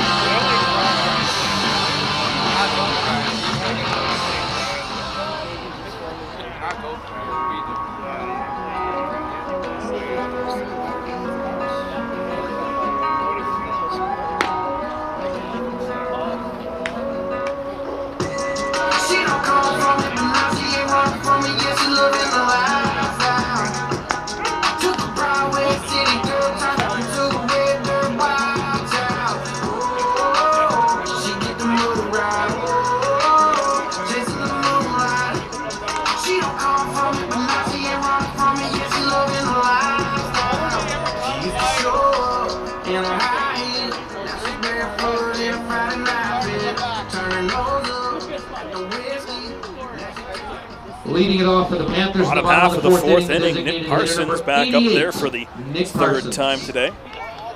Parsons had a single and a hit by pitch in that second inning. Came around to score 2 runs.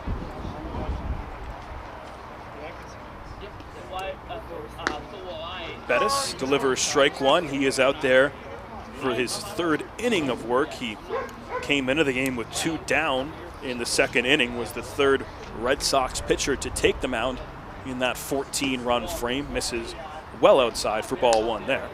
And he's pitched fairly effectively since he's come into the game as well, too. Not a lot of hard contact against him.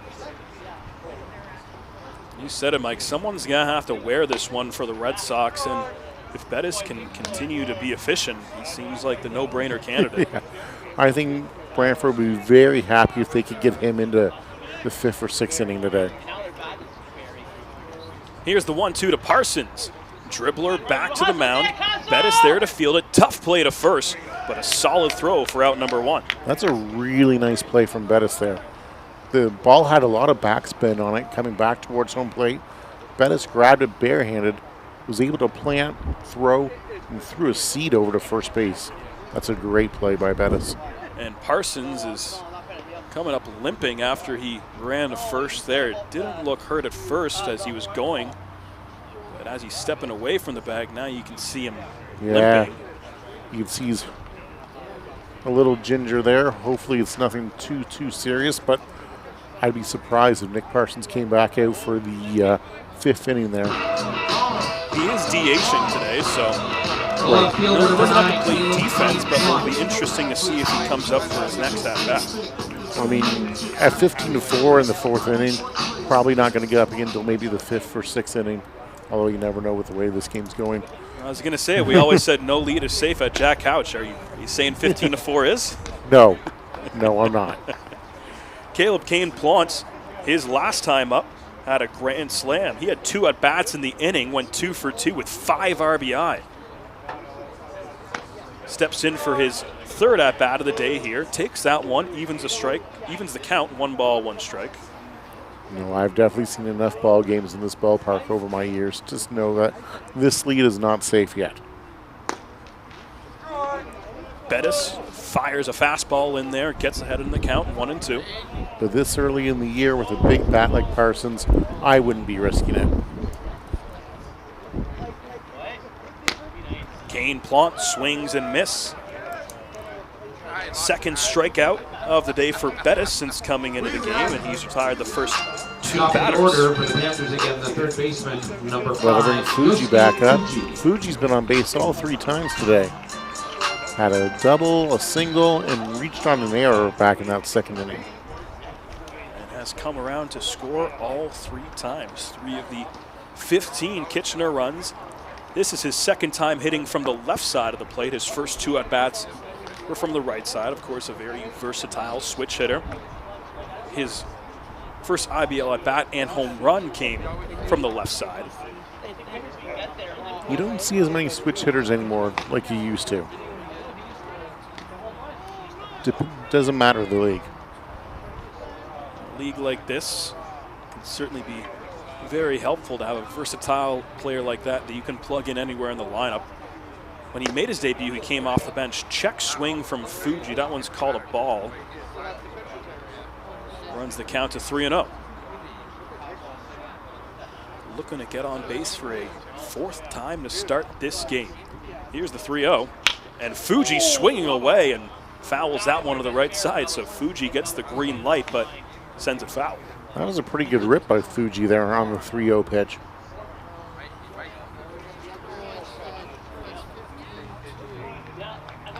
Bettis in his third inning of work, trying to go 3 up, 3 down for the first time, but Fuji slices it away, stays alive, and runs the count full. Yeah, you're ecstatic if you're Bettis if you can get Fuji here on this next pitch or two.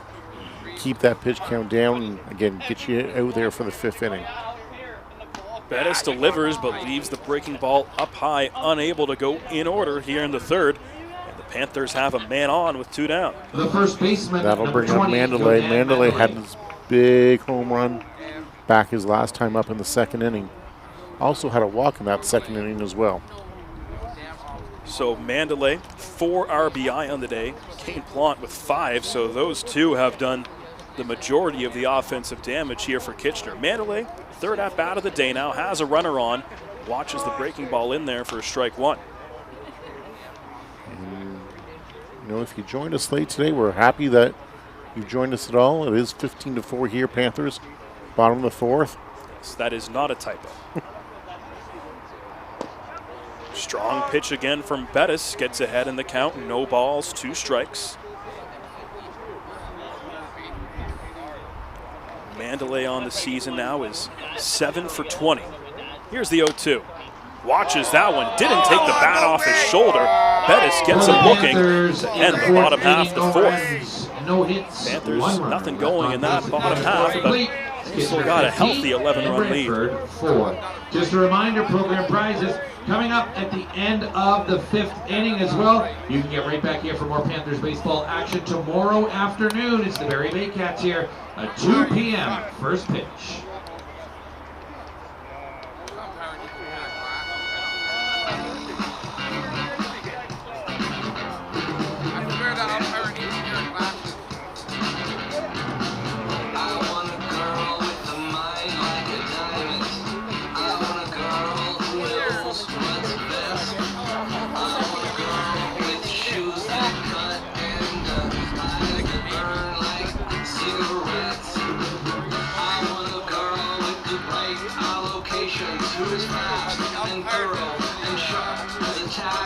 She's playing with her jewelry. She's putting up her hair.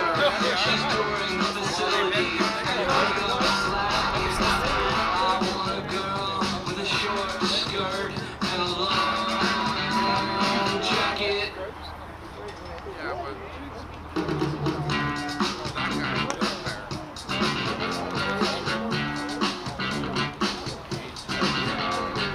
I want a girl who gets up early. I want a girl who stays up late.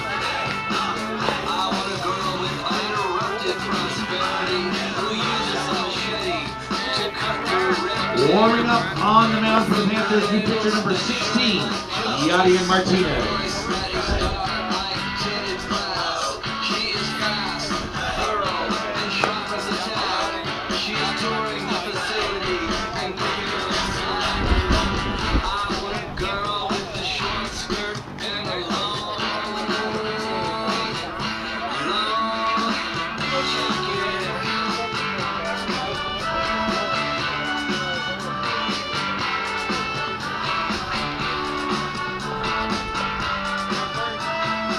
So we have our second Panthers pitcher of the afternoon as Joudrey Martinez comes in the game. The righty making another appearance, his 4th of the season after Evan Elliott went 4 innings, gave up 4 earned on 3 hits, struck out 7, but did give up the 2 home runs as Martinez delivers upstairs for ball 1.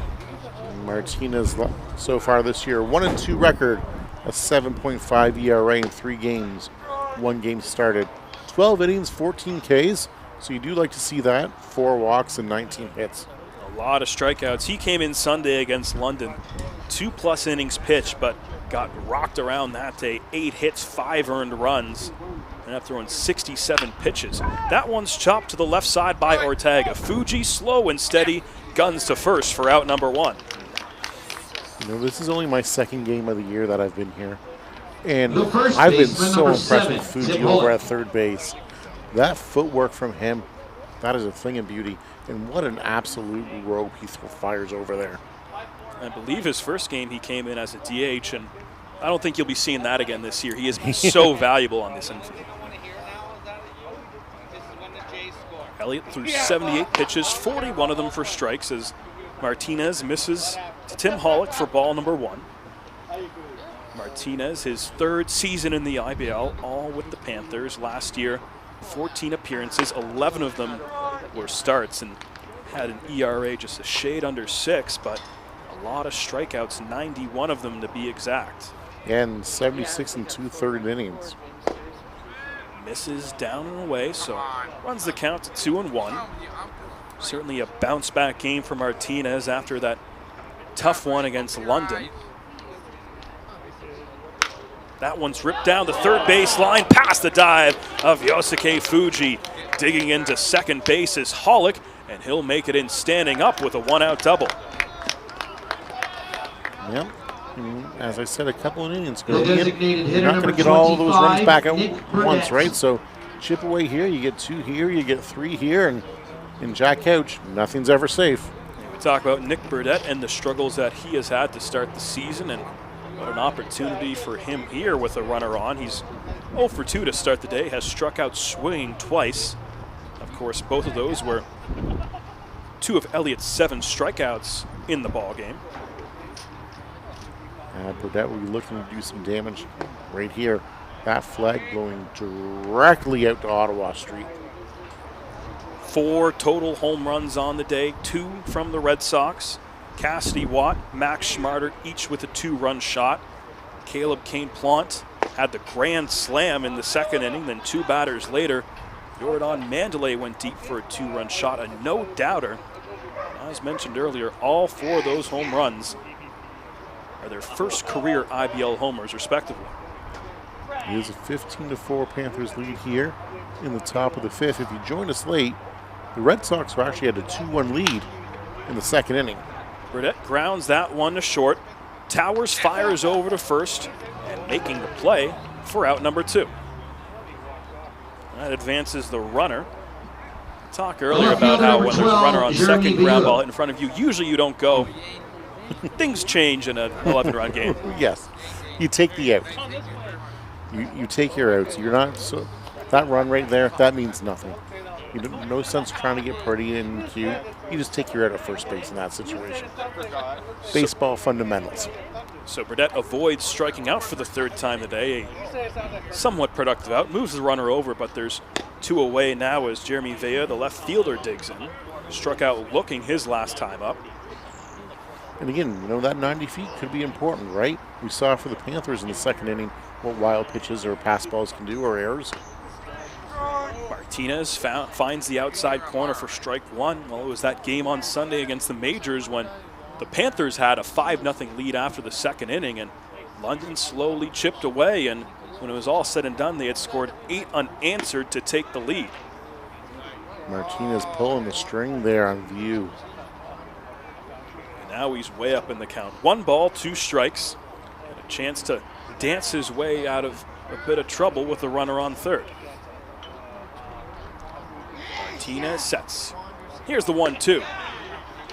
Oh, and everyone on the ball diamond thought that that was going to be a called strike 3, but Martinez just misses that outside corner. Junior was halfway back to the dugout there. So we'll do it again. That evens the count. 2 balls, 2 strikes. Here's Martinez. Swing and a miss, strike 3. Gives up the double, in the top but only faces 1 more than the minimum. Hit, 1 runner left We on head base. to the bottom of the 5th. Still 15-4 Panthers.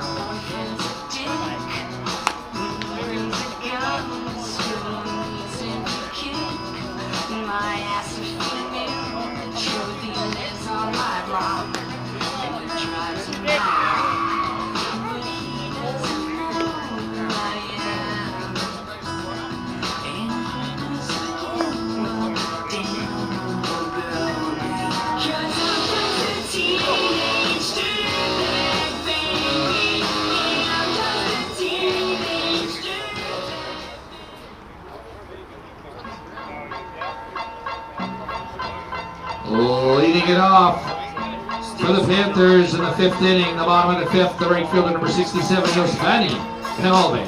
Bottom of the 5th here, back in Kitchener. Ian Joudrey, Mike Gervais with you here on this Saturday afternoon. That has been the biggest offensive output for the Panthers this season, and in maybe quite a while. They had 14 runs in the bottom of the 2nd. Joudrey Panalve leads off the bottom of the 5th with a grounder to short. Easy play for Schmarter, and there's one away. Yeah, the Panthers, they flexed their little muscle today. They've got their running legs on. They've been opportunistic. It's been a good game for them so far. So Panalve, now 0 for 2 on the day, had a sac fly his first 2 plate appearances, then a couple ground outs. So he's retired for the first out, and now Junior Ibarra back up for the 4th time this afternoon. Junior had a single his last at bat. Bettis drops the breaking ball in there for strike 1. And yeah, Bettis is really doing yeoman's work here for the Red Sox today. He has saved them. And this may pay dividends for them tomorrow down in Christie Pitts. This is his 4th inning of work, up in the count, 0-1. Breaking ball to Ibarra, just misses on the inside corner, 1-1.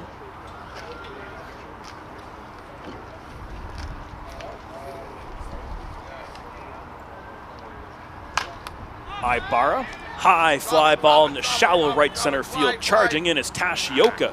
He's underneath it for out number 2, and a couple quick outs here in the 2nd inning for Bettis. Yeah, you gotta love that if you're a Red Sox player or fan or anybody associated with the Red Sox. The second baseman, number 11, A.J. Carosis. A.J. Carosis digs in for his 2nd at-bat of the day, 4th plate appearance. He walked and scored his first couple times up, including a stolen bag. Struck out swinging in the 4th. Swings and misses. Yeah, had a mighty hack there. But when you're up 11, you can take a hack like that. Talked earlier about Carosis, his 2nd season with the Panthers, had just the 1 homer last year. Hit a home run in just the 3rd game of the season earlier this year. But comes into today 0 for his last 7 and is now 0 for his last 8 after that 3rd inning strikeout. Here's the 1-1 from Bettis. Carosis grounds it right back up the middle. That one snuck under the glove of Bettis, and the 0 for 8 streak is over for Carosis. He's on board with a single. Good to get the monkey off your back there. Bring up Charlie Towers, who Towers has been on base twice so far today. Sometimes when a batter's struggling, you get in your own head, and it really only takes one to get things going. Yep. And, you know, it's amazing how that happens. You know, on the major league level, I'm a Detroit Tigers fan, and earlier this year, mid-April, end of April, Towers grounded to the right side, and that eats up Bateman. Goes into right field, a tailor-made double play ball. Instead, that'll be an E4, and there's 2 on with 1 away. 2 away, sorry. As I was saying, I'm a Tigers fan, and Riley Green was really going through it at one point. It was like 1 for 30 or something. And then all of a sudden, switch flipped, and he's just been ecstatic since. So Jamie Cabral comes into the game as the pinch hitter. He's in for Trent Lawson.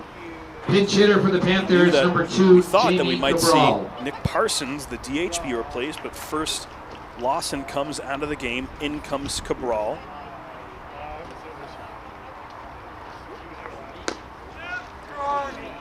In there for strike number 1. So it'll be interesting to see what they do for defensive alignment. Cabral came in as a pinch hitter, or a pinch runner rather, on Thursday when out to center. High chopper to third. Cabral sends that one right to Ortega. Steps on third for the force. So the Panthers leave 2 stranded, but still have that 11-run lead as we head to the 6th. Inning, no runs, 1 hit, 1 error, 2 runners left on base. Time for our program prizes. Have a look at your programs if you got the following number and you won a prize that you can claim up at the front gate. Gift card to Strikers goes to program number 6. I've got a pitch and putt coupon, 2 pitch and putt passes from the city of Kitchener. Go to program number 20. The coupon for Fireside Restaurants goes to program number 9. Swim pass from the city of Kitchener, program number 23. A second swim pass from the city of Kitchener goes to program number 14. And the Blizzard, large Dairy Queen Blizzard from Dairy Queen at Eastwood Square goes to program number 1. That's right. Good news, if you showed up early and bought program number 1, you got a Blizzard from Dairy Queen. You can claim your prizes up at the front gate.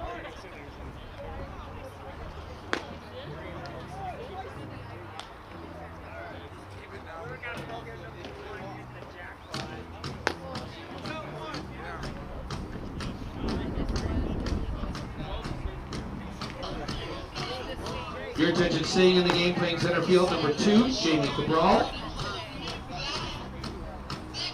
Now playing first base, number 85, Klaus Appelwich.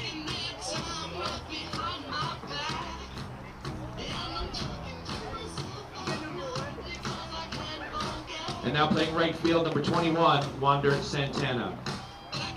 Leading it off for the Red Sox in the 6th inning, number 29, the second baseman, Lucas Bateman. So Lucas Bateman, who had the error in the bottom half of the 5th, leads off the top half of the 6th. Yadian Martinez out there for his 2nd inning of work. Delivers a ball outside. We've got some defensive changes for the Panthers.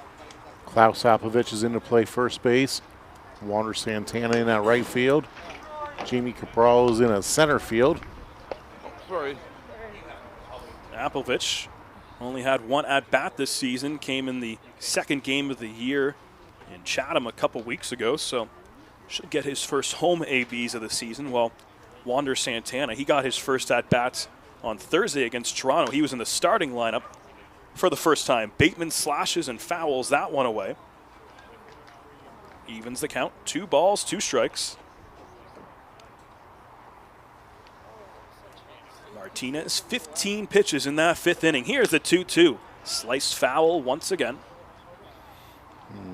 With the score the way it is, I was wondering if we'd start to see some substitutions from either team coming. Good opportunity to get some guys some reps that may not have a lot so far. Grounded right back up the middle. Martinez knocks it down, takes his time on to first for out number 1. And that's the key right there. He took his time. So it was a pretty good shot back up the middle. Martinez knocks it down. Wasn't able to field it cleanly, but that's fine. Knocked it down, but still didn't panic. Got himself set, made a good throw over to first base. Cassidy Watt, who has had his troubles behind the dish today, has not at the plate. He has a 2-run home run in the 2nd inning, his first career IBL homer, and then walked and came around to score in the 4th.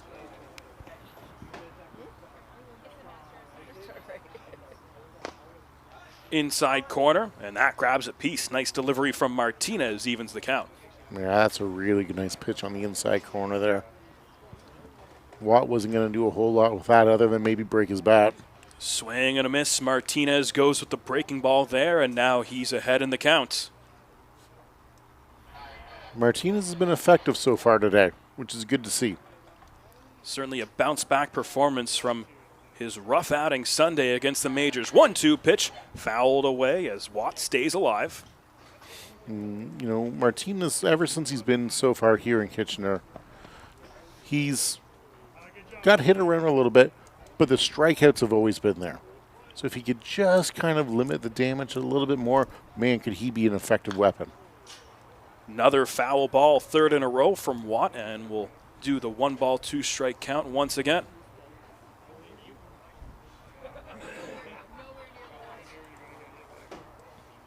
Mentioned the Panthers are back at it tomorrow. Their second straight home game as they take on the defending champion Barrie Baycats, 2 p.m.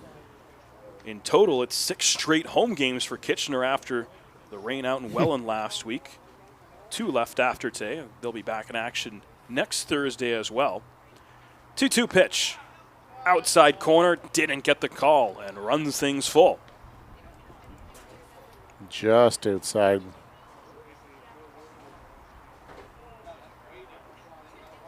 So yeah, Thursday it is against those Hamilton Cardinals. 3-2, breaking ball drops in there. What a pitch from Yadi and Martinez. 2 away here in the 6th. That's a really, really nice pitch by Yadi and Martinez there. Second strikeout in his first 6 batters faced.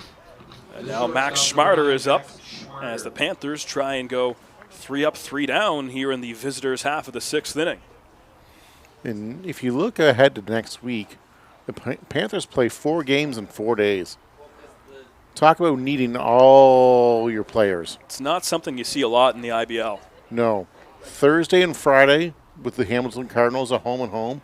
Friday, like I said, with Hamilton. Saturday at Guelph. And Sunday with Guelph here. So home and home with the Royals too. At least you got lots of tape to study. Yeah. You got lots to go off. You do. It's like 2 little mini series. Martinez, the 1-1 pitch to Max Schmarter, takes that one up high for strike 2. Schmarter, the 2-run home run, his last at bat. His first IBL home run. That was the second that Evan Elliott surrendered on the day. 1-2 pitch. Martinez gets him to swing and a miss. Back-to-back strikeouts for Yadi and Martinez. He retires the Red Sox in order in the 6th inning. We head to the bottom half. It's still 15-4 Panthers.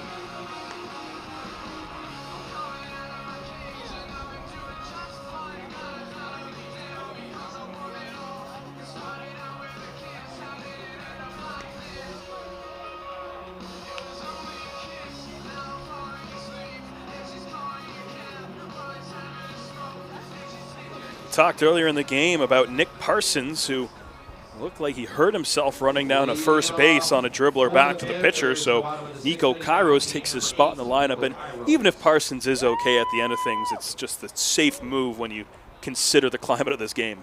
Yep, exactly. You consider the climate of the game, and Kairos got a hit by pitch there. Very first pitch that Bettis threw runs up and in. Seen a couple hit batters on both sides today.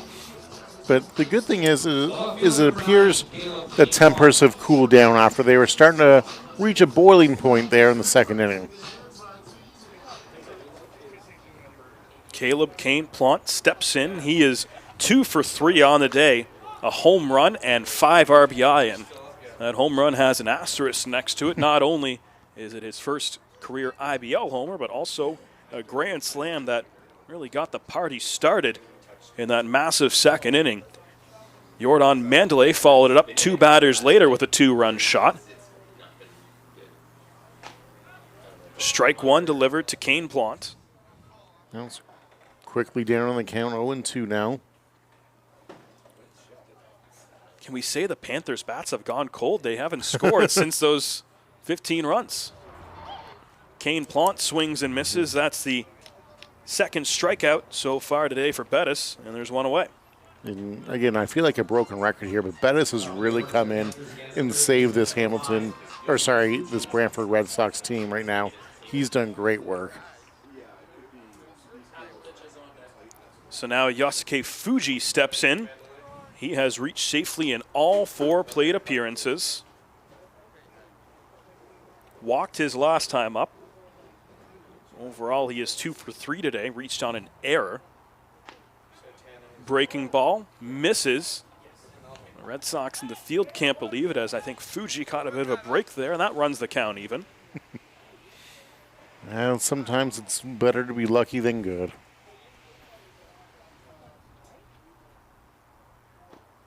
Breaking ball, that one catches the outside corner, and now Bettis is ahead in the count, 1 ball, 2 strikes. And Fuji's just hoping to put this ball in play, and hopefully something good can happen here. Fuji gets a piece, stays alive. And Fuji's one of those hitters who, and he's going to be a tough out every time at bat. His 3rd time hitting from the left side today, fouls that one away, stays alive. You can see how he just is able to get those pitches. And even if it's not something that he can drive for power or a base hit, he fouls it off to get himself a pitch that he can do some damage with. The 1-2 once again. Fuji, hard ground ball to the right side. Bateman handle is on to second, then back to first. 4-6-3 double play. Bettis gets some help from the middle infield, and another scoreless inning for Bettis. And the Panthers still with a 15-4 lead as we head to the 7th. With the score, Panthers 15 and the Red Sox 4.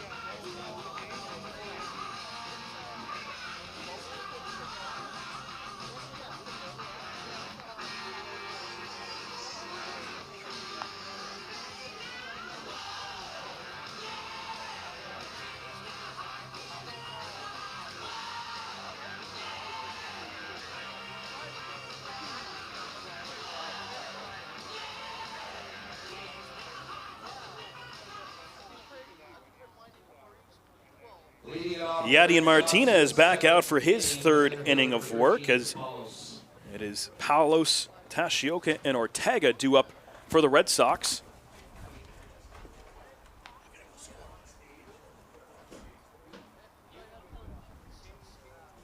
Ethan Palos leading things off. Takes that one down and low for ball number 2.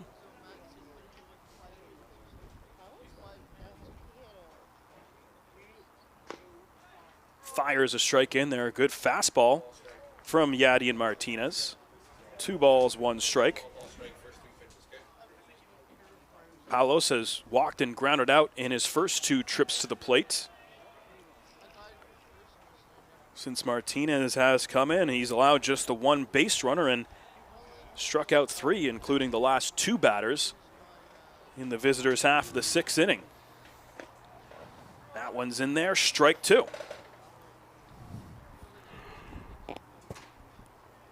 Three balls, 2 strikes. Martinez looking for a 3rd straight K. Just misses on the inside corner, ball 4, and leadoff man Palos is aboard. Yeah, Martinez did not miss that pitch by much by any means. But Red Sox get a walk, turn the lineup over to the top of the order, and they're hoping they can do some more damage. Rene Tashioka steps back in. His 4th at-bat of the afternoon, has singled and struck out twice, also stole a bag in the process. Martinez, his first pitch, misses low and away. Trying to look over in the Panthers bullpen. I can't quite see. We're kind of blocked off. Not sure where that one missed. That'll be ball 2 on a good take from Tashioka. Yeah, Martinez didn't really like that call. Popped straight up in the air by Palos. That one's into shallow left center field, taking his hat off, and a bit of an adventure with the wind, but Kane Plant able to stay underneath it for the first out. The third baseman. That wind can definitely play tricks on you sometimes. I mean, looking at where Kane Plant started, he traveled a long way to get to that ball, with the wind now blowing left to right here at Jack Couch Park, where earlier when we took a look at that flag, it was blowing straight out to center field. So some swirling winds out there now as Chris Ortega steps in for his 4th at-bat of the afternoon, takes that one on the outside corner for strike 1. We do not have StatCast here in the IBL, so we don't know the catch probability there. Runner on first. Ortega fouls that one straight back, and Martinez quickly ahead, 0-2 in the count. You know, I don't want to jinx anything here, Ian, but aside from that bottom of that 2nd inning, this game has been moving on a tremendous pace. Things have really picked up after a 35-minute bottom half of the 2nd. Martinez just misses outside for ball 1. And it was a quick game at Hastings Stadium earlier this afternoon. Guelph defeating London 5-0. Wow. Handing the Majors just their 2nd loss of the season. High fly ball on the left side. Fuji ranging into foul territory. Has plenty of room and has it for out number 2. Yeah, that's a nice play by Fuji there. I remember on Thursday night, he got eaten up by a pop-up over by the fence a little bit. It was a tough play for him, but if you ask him, it's a ball that he should have caught. I heard he's still holding it against you for that error you gave him on the play. Hey, he very well might be. He wouldn't be the first person, and he won't be the last. Solid play there from Fuji. Out number 2, and now the number 3 hitter and the first baseman, Tim Hollick, comes up. 1 for 2 this afternoon with a double and a walk. Takes that pitch away for ball 1. Now, Hollick's had a nice game here for the Red Sox. On base twice. Hasn't been able to come around to score, but he's had a really good game. He's had a couple nice digs at first base as well, too. The Victoria, BC native has started this IBL season going 8 of 22. Already 6 runs driven in, including a home run in his first 6 games of the season. So he has not had a day off yet. Martinez, the 1-1. Inside. Ooh, try to sneak the front door breaking ball in there. The Red Sox have been efficient with their 4 runs today, 4 hits to go with it. As mentioned, they have a couple 2-run home runs, one off the bat of Cassidy Watt, and Max Schmarter did it in the 4th inning. Both of those charged to Evan Elliott. And now Martinez just 1 pitch away from getting out of it. Had retired 5 straight, but then allowed the walk. Here's the 2-2. Swing and a miss. Gets Hollick to chase. Another strikeout for Yadi and Martinez. Strands the runner at first. And the Panthers take a 15-4 lead to stretch time here at Jack Couch Park. Left on base. It's the middle of the 7th inning, fans. It's cold. Time to warm up. It's time for the 7th inning stretch. Let's see everybody on your feet.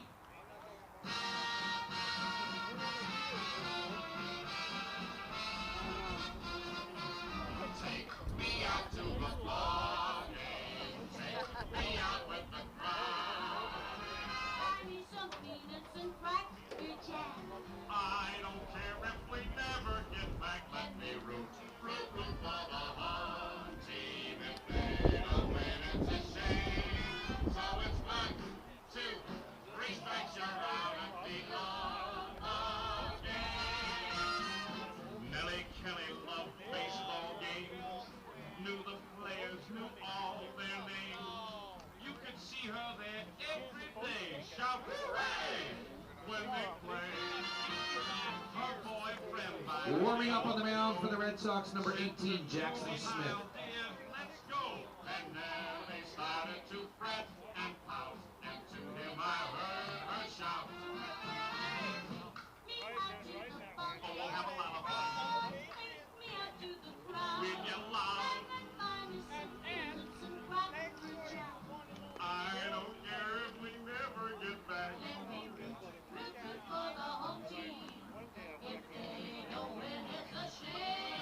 Or it's 1, 2, 3 strikes, you're out at the old ball game.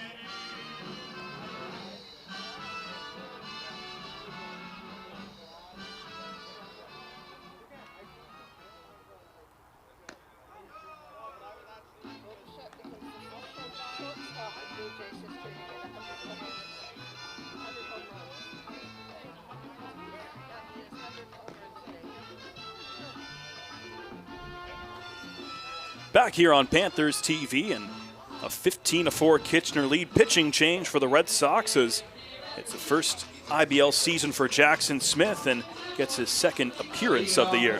Yeah, his first appearance was May 29th. So just a couple of days ago against Welland, he went 1/3 of an inning, giving up 2 earned runs on 3 batters. So hoping to improve on that today. And no one's going to be talking about it just because of the scoreboard, but got to give a lot of credit, to Carter Bettis and what he did. Pitched 4 1/3 innings, only allowed the 2 hits, did not allow a run.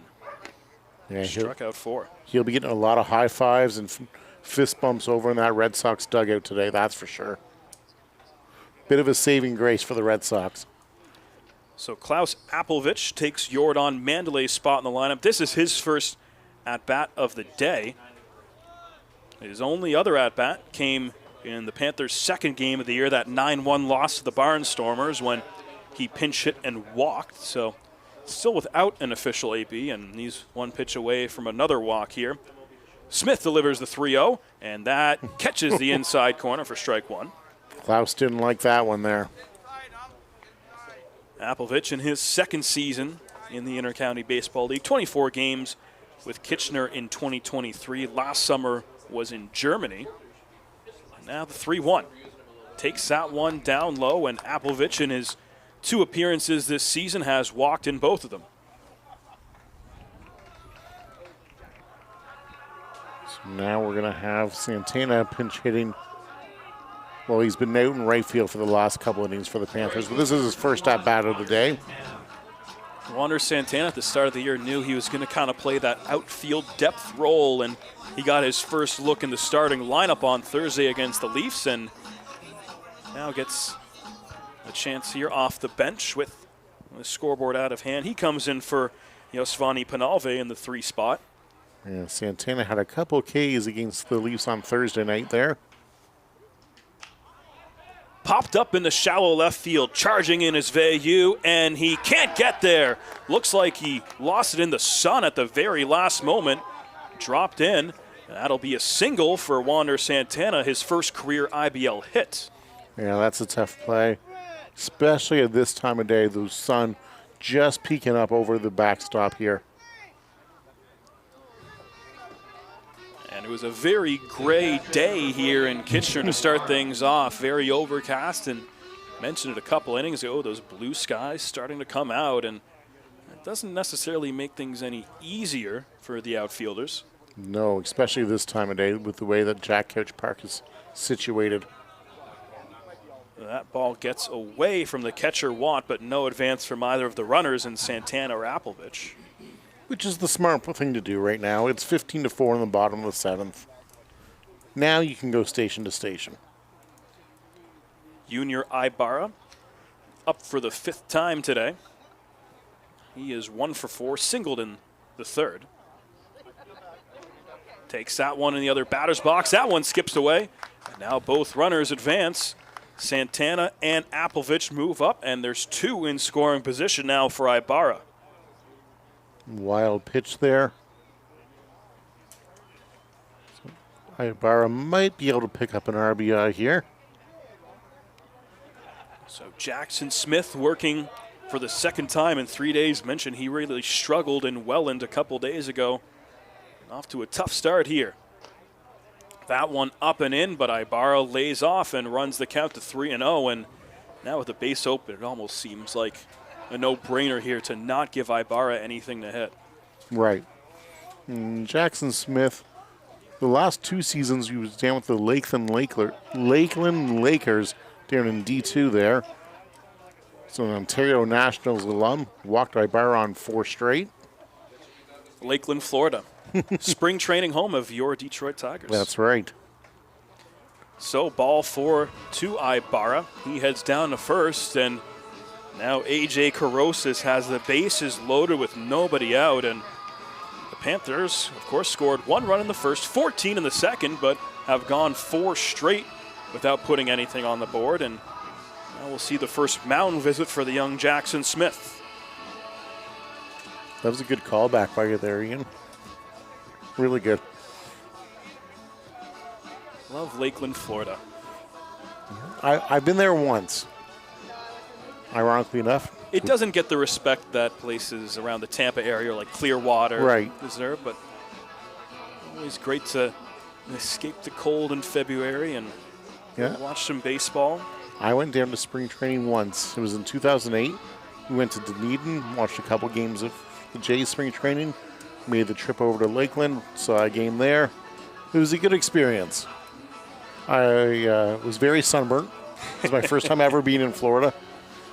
And now for all these families that go down to Disney World, it always used to be go see the Braves. Their spring training facility was in Orlando, but now they've moved farther down the key, so it's Lakeland. It's the Detroit Tigers. They are the closest team for anyone visiting the Orlando area. Bases loaded for Carosis. After the mound visit, here's the first pitch from Smith. Down in the dirt, ball 1. Infield playing at normal depth, of course, ready to concede a run in this situation and just get a couple outs. Oh, yeah, you'll gladly give up a run for 2 outs here if you're the Red Sox. That pitch catches the corner for a strike. Ibarra, the runner at first, Santana at second, and Klaus Applovich, the runner at third. Here's the 1-1. Chopped away, foul by Carosis, runs the count to 1-2.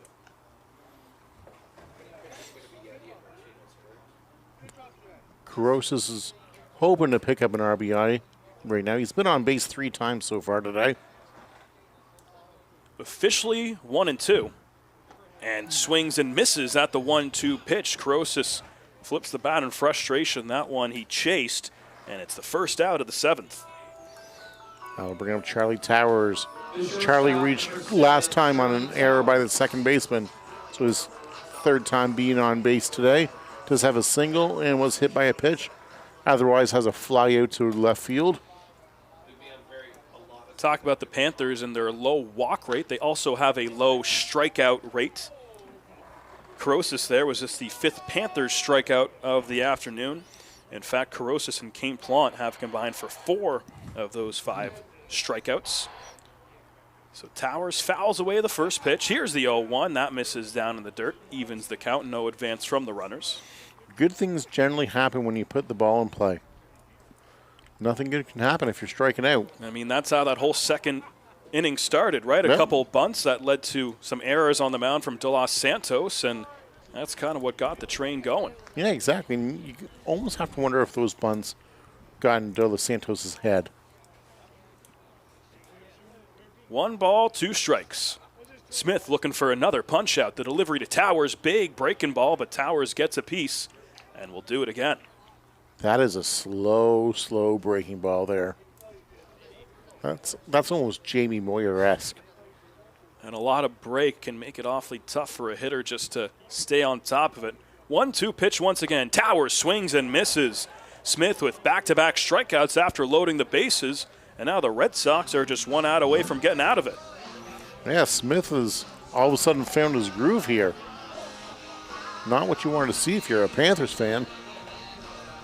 A stagnant offense, to say the least, for this Panthers team. Center fielder number 2, Jamie Cabral. Yeah, so if you look at it, you've got 15 runs, which is great. But as you said, 14 of them came in an inning. Is that worrisome? Is that... No, I don't know. And only 6 of those runs today are earned. De Los Santos charged with all 6 of them. Bruder did not record an out, gave up 3 hits, 5 runs, but none of them earned. Another big slow breaking ball in there by Smith to steal a strike. This is Jamie Cabral's second at-bat of the day. He came in for Trent Lawson, and now he sends one to the gap, and that gets by the diving Paulos in center field. 1 run in. Santana crosses. Now coming around is Ibarra. The rally to the plate is not going to be in time. It's a bases-clearing triple for Jamie Cabral. Wow. That's some speed there. I've done a lot of games in this ballpark, and I couldn't tell you the last time I saw a triple. That was not, especially that wasn't down the right field line. That is some speed. Ethan Paulos laid it all out there in center field, tried to help his pitcher get out of the inning, but instead 3 runs come around to score on the triple from Jamie Cabral. And I thought he was going to get it. Just the break on that ball, it was a great chance. Kairos chops one to the left side. Nice play by Schmarter over to first, but not in time. Another run comes in to score, and it is 19-4 Kitchener. So the Panthers putting up 4 runs here in the bottom of the 7th so far. That's what hustling out of the box hard can do for you there. So credit Nico Kairos with the RBI infield single. So what an inning for the Red Sox. They load the bases. And then a couple strikeouts from Smith. Makes it look like they're almost out of trouble, but then bases clearing triple from Cabral and infield single from Kairos and a quick 4 spot for the Panthers. And Paulos was so close to nabbing that on the dive out in center field. Caleb Kane-Plant waves and misses at strike 2. Of course, he had 2 hits and 5 runs batted in that second inning. Since then, he has struck out twice. Here's the 1-1. Smith to Kane-Plant. Breaking ball, outside ball 2. And Smith just hoping he can get out of this inning, allowing the 4 runs and limiting the damage, to say the least.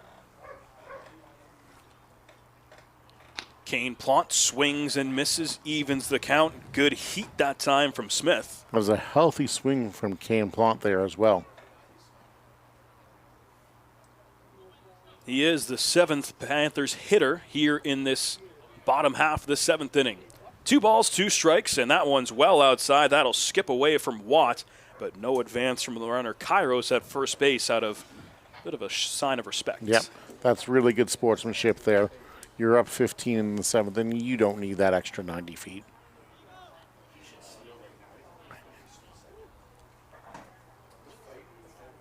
Three balls, 2 strikes. That's usually a situation where the runner is going on the pitch. He is here. Kane-Plant swings through it. He goes down swinging for the 3rd time today. And despite the 4-run inning, Smith actually strikes out the side in the home half of the 7th. But the Panthers add on 4 more. It is 19-4 Kitchener after 7.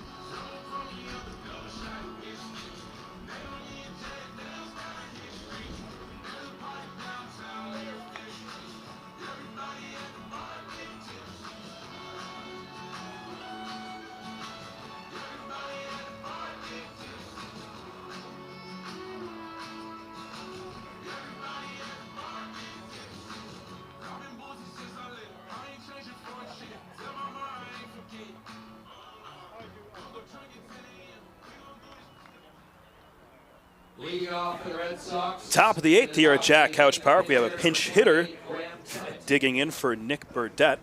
It is Graham Tebbett in his 11th Inter-County Baseball League season. And they're going to call that pitch a ball. It caught Ibarra, who cleanly missed it.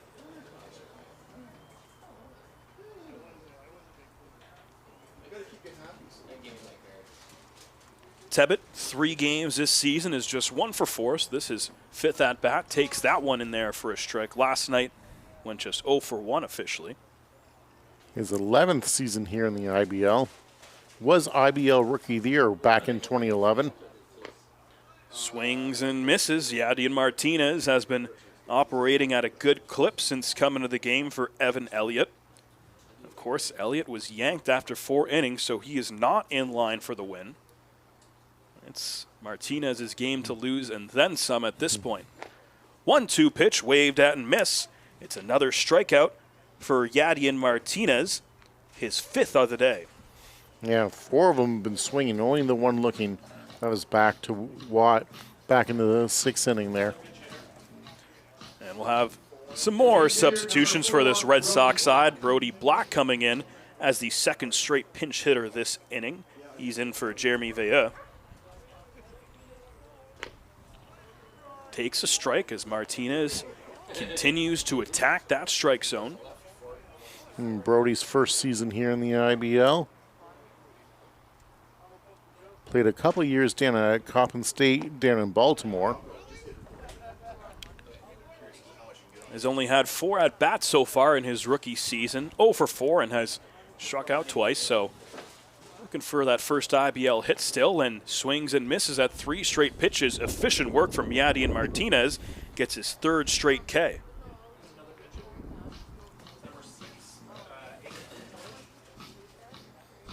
So the Red Sox emptying their bench here. Aiden Armitage, the next pinch hitter to come in for the Red Sox. Of course, he's known as being a two-way player. Yep. So far this season, he's pitched over 5 innings of work, has a 1.68 ERA. Actually pitched just a couple nights ago in Welland, went 2 innings without giving up a run. So it'll be interesting to see what the defensive alignment is for the Red Sox here in the bottom of the 8th. Armitage swung over a breaking ball there. Quickly down on the count, 0-2. This is his first at-bat of the season. 0-2, Martinez looking for another one. That's well outside. 1 ball, 2 strikes. Martinez trying to K the side here in order. Would be 4 straight if he was able to do it. Swing and a miss. Got him again. 4 straight strikeouts for Yadier Martinez. 7 overall. He has been dynamite in relief of Evan Elliott. And the Panthers take that 19-4 lead to the bottom half of the 8th. You're watching the Panthers and Red Sox here on Panthers TV.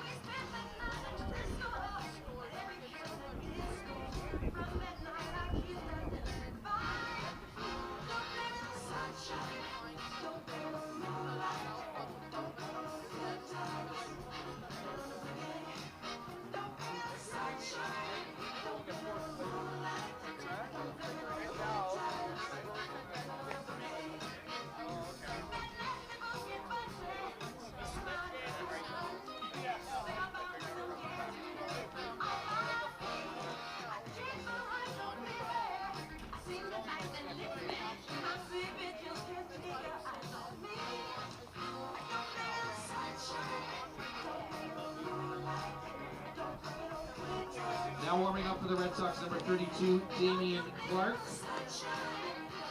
Number 440, Black, stays in the game, plays right field. Number 14, Renee Tashioka shifts to left.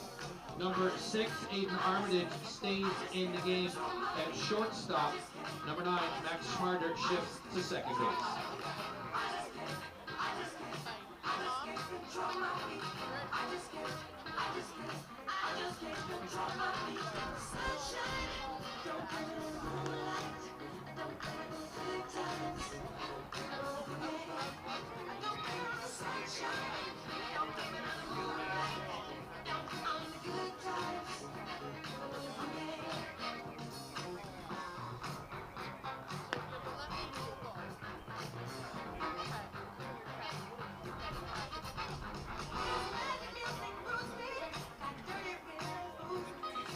If all goes well, these will be the final 3 defensive outs of the game for the Brantford Red Sox. We are in the bottom half of the 8th. It's 19-4 Panthers, and a new pitcher for Brantford is Damian Clark. He takes over for Jackson Smith, who had just the 1 inning of work, struck out the side, but the problem was the 3 hits and 4 earned runs in the middle. Right, and again, he was about a half a foot away from getting out of that inning unscathed. Just missing that ball in center field was Ethan Paulos. So now Yosuke Fuji digs in for his 5th plate appearance of the day, takes that one for strike 1. Back over on the right-hand side for Fuji. He's gone back and forth, of course. Started on the right side facing the lefty De Los Santos for 2 at-bats, then over the left side. Grounded out into a double play his last time up. That's a high fly ball. You can kiss that one goodbye. Solo homer for Yosuke Fuji. His 2nd of his IBL career. It is 20-4 Kitchener. Fuji with a little bit of a bat flip on that one, too. He knew that one was gone. Fuji a triple shy of the cycle. We are on cycle watch. It would have to be quite the inning for Fuji to get back up again. But never say never. There's no way that the Panthers could bat around, right? That hasn't happened. No, that never. Could never happen. Oh, that's right. The Panthers, if you're just joining us, had those 14 runs in the bottom half of the 2nd. 2 of them came via home runs. Ground ball to the right side for Appelvich. Over to get it as Hollick flips to first. In time for the out. I haven't seen the Panthers bat around in an inning in 2 hours. So 2nd home run for Fuji. It's the 3rd Panthers home run of the afternoon. The other 2, of course, off the bats of Caleb Kane-Plantz, who hit a grand slam in the 2nd. And then Jordan Mandalay followed it up 2 batters later. And now we get to see Wander Santana for the 2nd time today. Picked up his 1st career IBL hit on that bloop single his last time up. Came around to score. Weak chopper to the right side. That's an easy play for Tim Hollick. Gets to the bag and makes the play at first. Apologies, that's actually Josiah Devapalin taking over at first this inning for Brantford. He has made the play on those last 2 outs from Appelvich and Santana, and there's 2 away here in the 8th. We do our best to get all the substitutions here, but sometimes there may be one that unfortunately gets missed. It takes a village, right, Ian? He can slip through the cracks once in a while. Junior Ibarra is up for the 5th time today. He's 1 for 4. Walked and scored his last time up. Takes that fastball up and away for ball number 1. Be interesting to see if Junior catches tomorrow's game against Barrie as well. 3 games in 4 days. Hasn't had a day off yet this season, and depending on what the lineup looks like tomorrow, it might be a preview of what those 4 games in 4 days look like next week. Yeah. Maybe get some DH time tomorrow where you keep the bat in the lineup, but you get him off his feet.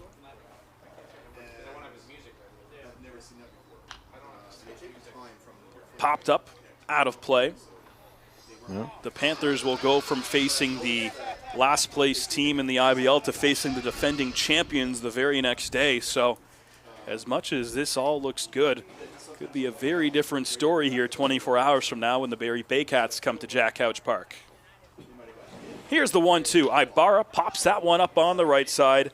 Ranging back is the second baseman, Bateman. He's called off by the right fielder who makes the catch, and that'll do it for the 8th inning. Solo shot from Yosuke Fuji, a no-doubter for his second time in 3 games, extends that Panthers lead. It's a nice, pretty 20 runs on the board for them. 3 outs to go here in Kitchener.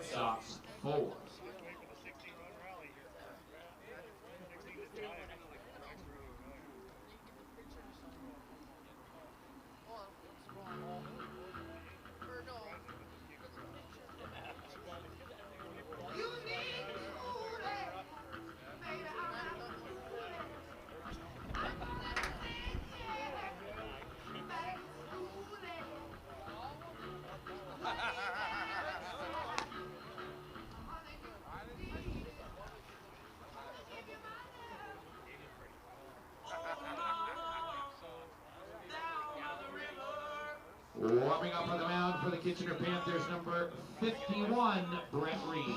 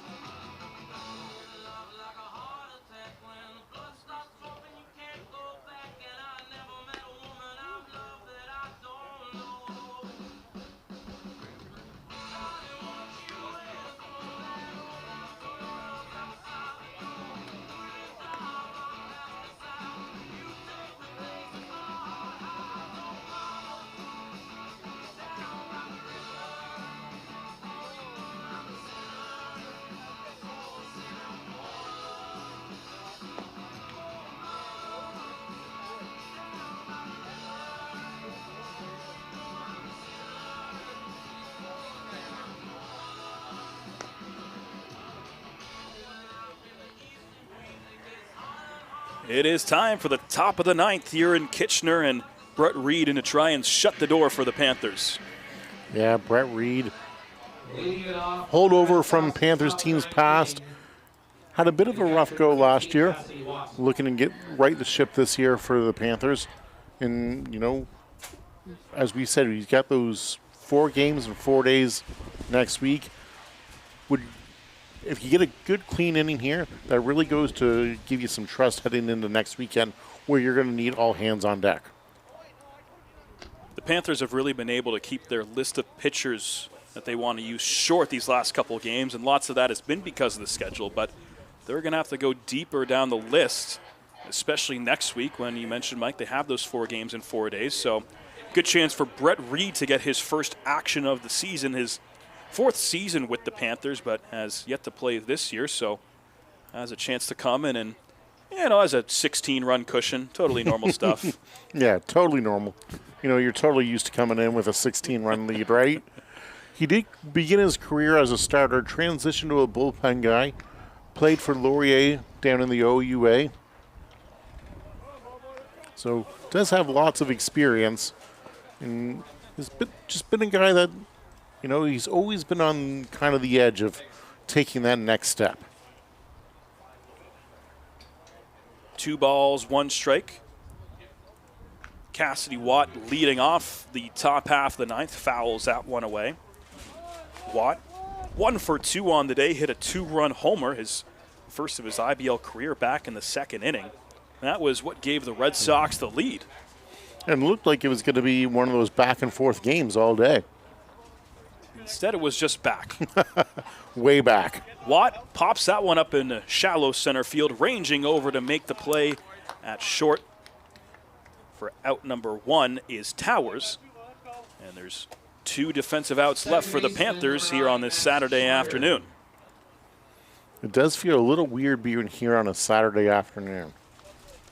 Not something we say a lot. No. Schmarter now back up to the dish for Brantford. The 7 and 8 hitters providing all 4 RBI today for Brantford, of course. Mentioned Watt had that 2-run home run. A couple innings later, Schmarter with his first IBL blast, also a 2-run shot. And Schmarter switched over for playing shortstop to second last inning. Schmarter, weak grounder to short, throwing over his Towers to first, and the first 2 batters that Reed has faced here in this top half of the 9th are retired. Pinch hitter for the Red Sox, number 27, Matt Torreson. We're going to have a pinch hitter here for the Red Sox. Yeah, Matt Torreson stepping up. He will be the last hope today for Brantford as Ethan Paulos gets subbed out. He officially went 0 for 1 on the day with a couple walks. First pitch to Torreson, breaking ball in there, strike one. This is Torreson's second IBL season, was in Brantford last year. Plagued by injuries so last year during his rookie season. Torreson did not play last night against the Jackfish. Overall this season he comes into today 2 of 13 to start the year, so that's just a $154.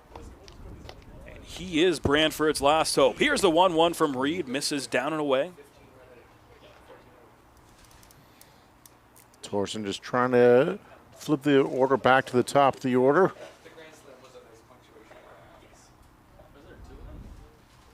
Reed the delivery, and that one misses away. 3 balls, 1 strike. Mentioned Reed getting his first action of the season. Retired the first 2 batters and would love to go in order. Of course, Yadier Martinez is in line for the win. 3-1 from Reed. Torreson does not offer, so with 2 outs, the Red Sox get a man aboard. Now we're back to the top of the order. Tashioka is going to stay in. This will be his 5th at-bat of the afternoon. Does have a single and a stolen base so far today. Other than that, a couple Ks and a fly out to right field back in the 7th. Or sorry, left field rather. My bad. Tashioka last night 2 for 4 with a double. So gets another hit here this afternoon, but as you mentioned, Mike, struck out a couple times in the process.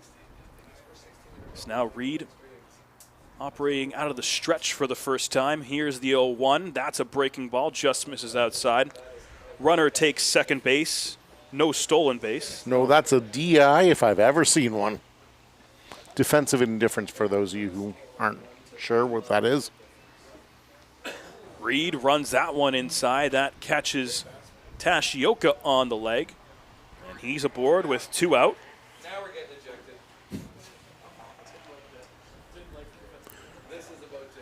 So runners on first and second after Reed got the first 2 batters of the inning. Now Chris Ortega will step to the plate for the 5th time today. He is 0 for 4. Couple ground outs, pop up to third base, and a strikeout for Ortega today. 8 different Panthers had hits here today, 15 total. While for Brantford, they only had 3 players with hits. Excuse me, make that 4 overall. It is 1-1 to Ortega here. Reed's hoping that he can right the ship here and get out of this inning and close the game down. Fouled off to the left side. Looks like that caught him. Ortega fouled that one off himself, so now he's limping back to the batter's box. And, of course, he is the Red Sox last hope. Does wear that ankle guard on his left leg. You ever fouled a ball off your leg, Ian? Not at a competitive enough level that I would complain about it. It doesn't feel good. No, it doesn't feel good. It does not feel good. And now you got to collect your thoughts and get back in there with the game on the line. No pressure. Yeah. No pressure, None Chris. whatsoever. Brett Reed is set. 1 ball, 2 strikes. The delivery misses away and evens the count. And this has always kind of been the thing with Reed. He comes in, gets a couple outs, then all of a sudden a walk, or gets a little bit erratic, and the Panthers just kind of hoping he can harness it. That is crushed to left field. Racing back and over his head. Kane Plante couldn't get there. 1 run comes in to score. Gliding into second is Ortega with an RBI double. They're not making it easy. No, they definitely are not. And, you know, from a Red Sox point of view, you're happy to see that there is no quit in them, right? Because you know what? This game, 20-5 with 2 outs in the ninth, might not come back to win. But this could set you up and give you some good positive vibes going into tomorrow. That's right. The Red Sox are off to Christie Pitts tomorrow and take on the Maple Leafs. Reed delivers strike one to Josiah Devapalin. He's first at-bat of the day. He came in earlier to replace Tim Hollick, and he's got 2 in scoring position. Misses away with the fastball, evens the count 1-1. Devapalin's second IBL season. Spent time with Welland and Hamilton back in 2022. Only has 1 at-bat on the season. He struck out, chops that one to the left side. Yosuke Fuji sets, fires to first, and the Panthers hang on for an absolute blowout win, 20-5, handing the Brantford Red Sox their 4th straight loss. The Panthers avoid a 3rd straight loss of their own, and they are back to 500 with a convincing win over Brantford here on this Saturday afternoon. Yeah, great win by the Panthers, 20-5. You know, it gets the Panthers back to 500 going into tomorrow's game against Barrie. You know, there's never an easy game in any league by any means. But you look at where the Red Sox are in the standings, being 9th last, and as you talked about earlier, Ian, this is a game where the Red Sox maybe had circled out, hey, we can get this game. This is a game that, you know, coincidentally enough, the Panthers maybe had circled, hey, we can get this game and get into it on a high note going into coming in here against Barrie tomorrow. And I think a lot of Panthers fans that saw Pedro de los Santos pitch last year are awfully surprised about what they saw this afternoon. His last start in Guelph went 8 innings, got the win, nailed it down. He had the best ERA among qualified pitchers coming to this game, and he was just a different pitcher out there today. Yeah, the wheels came off early in that 2nd inning, and he wasn't able to right the ship. You know, a couple bunts back to him where he bobbled, a couple wild pitches, a couple pass balls, a hit batter. We saw him John with Charlie Towers a little bit. Towers giving it right back to him as well, too, which you always like to see. And, yeah, you know, Pedro's been around this league long enough. I'm quite sure he's going to be okay. But if you're a Panthers fan, you walk away from Jack Couch Park feeling pretty good on this Saturday afternoon. And a great by-committee effort for the pitching staff. Evan Elliott does not get the win, only lasts the 4 innings, but got a lot of swing and miss, 7 strikeouts. But the guy who came in right after, Yadi Martinez, deserves a ton of props for the work he did. Yeah, absolutely. Martinez, he just did yeoman's work for that Panthers out of that bullpen today, taking you through innings 5, 6, 7, and 8. And, yeah, really shut the door. You know, on the flip side for the Red Sox, they had a great bullpen today from Bettis. He really saved them. For the casual fan who looks at the box score, you're not going to think much of that, but man alive, for those Red Sox are going to be giving him a bunch of fist bumps in that dugout right now. He certainly came in and did his job, 4 1/3 inning of work, and didn't allow an earned run. 3 different home runs today for the Panthers. Jordan Mandalay and Caleb Cainplant each get their first career IBL homer, and Yosuke Fuji with his 2nd home run in 3 games, an absolute moonshot in the 8th inning. The Panthers take it 20-5. They will be back in action tomorrow against the defending champion Barrie Baycats. Mark Perry will be back on the call for that one. We'd like to thank you for spending your Saturday afternoon with us. For Mike Jarvis, I'm Ian Joudrey, and enjoy the rest of your weekend.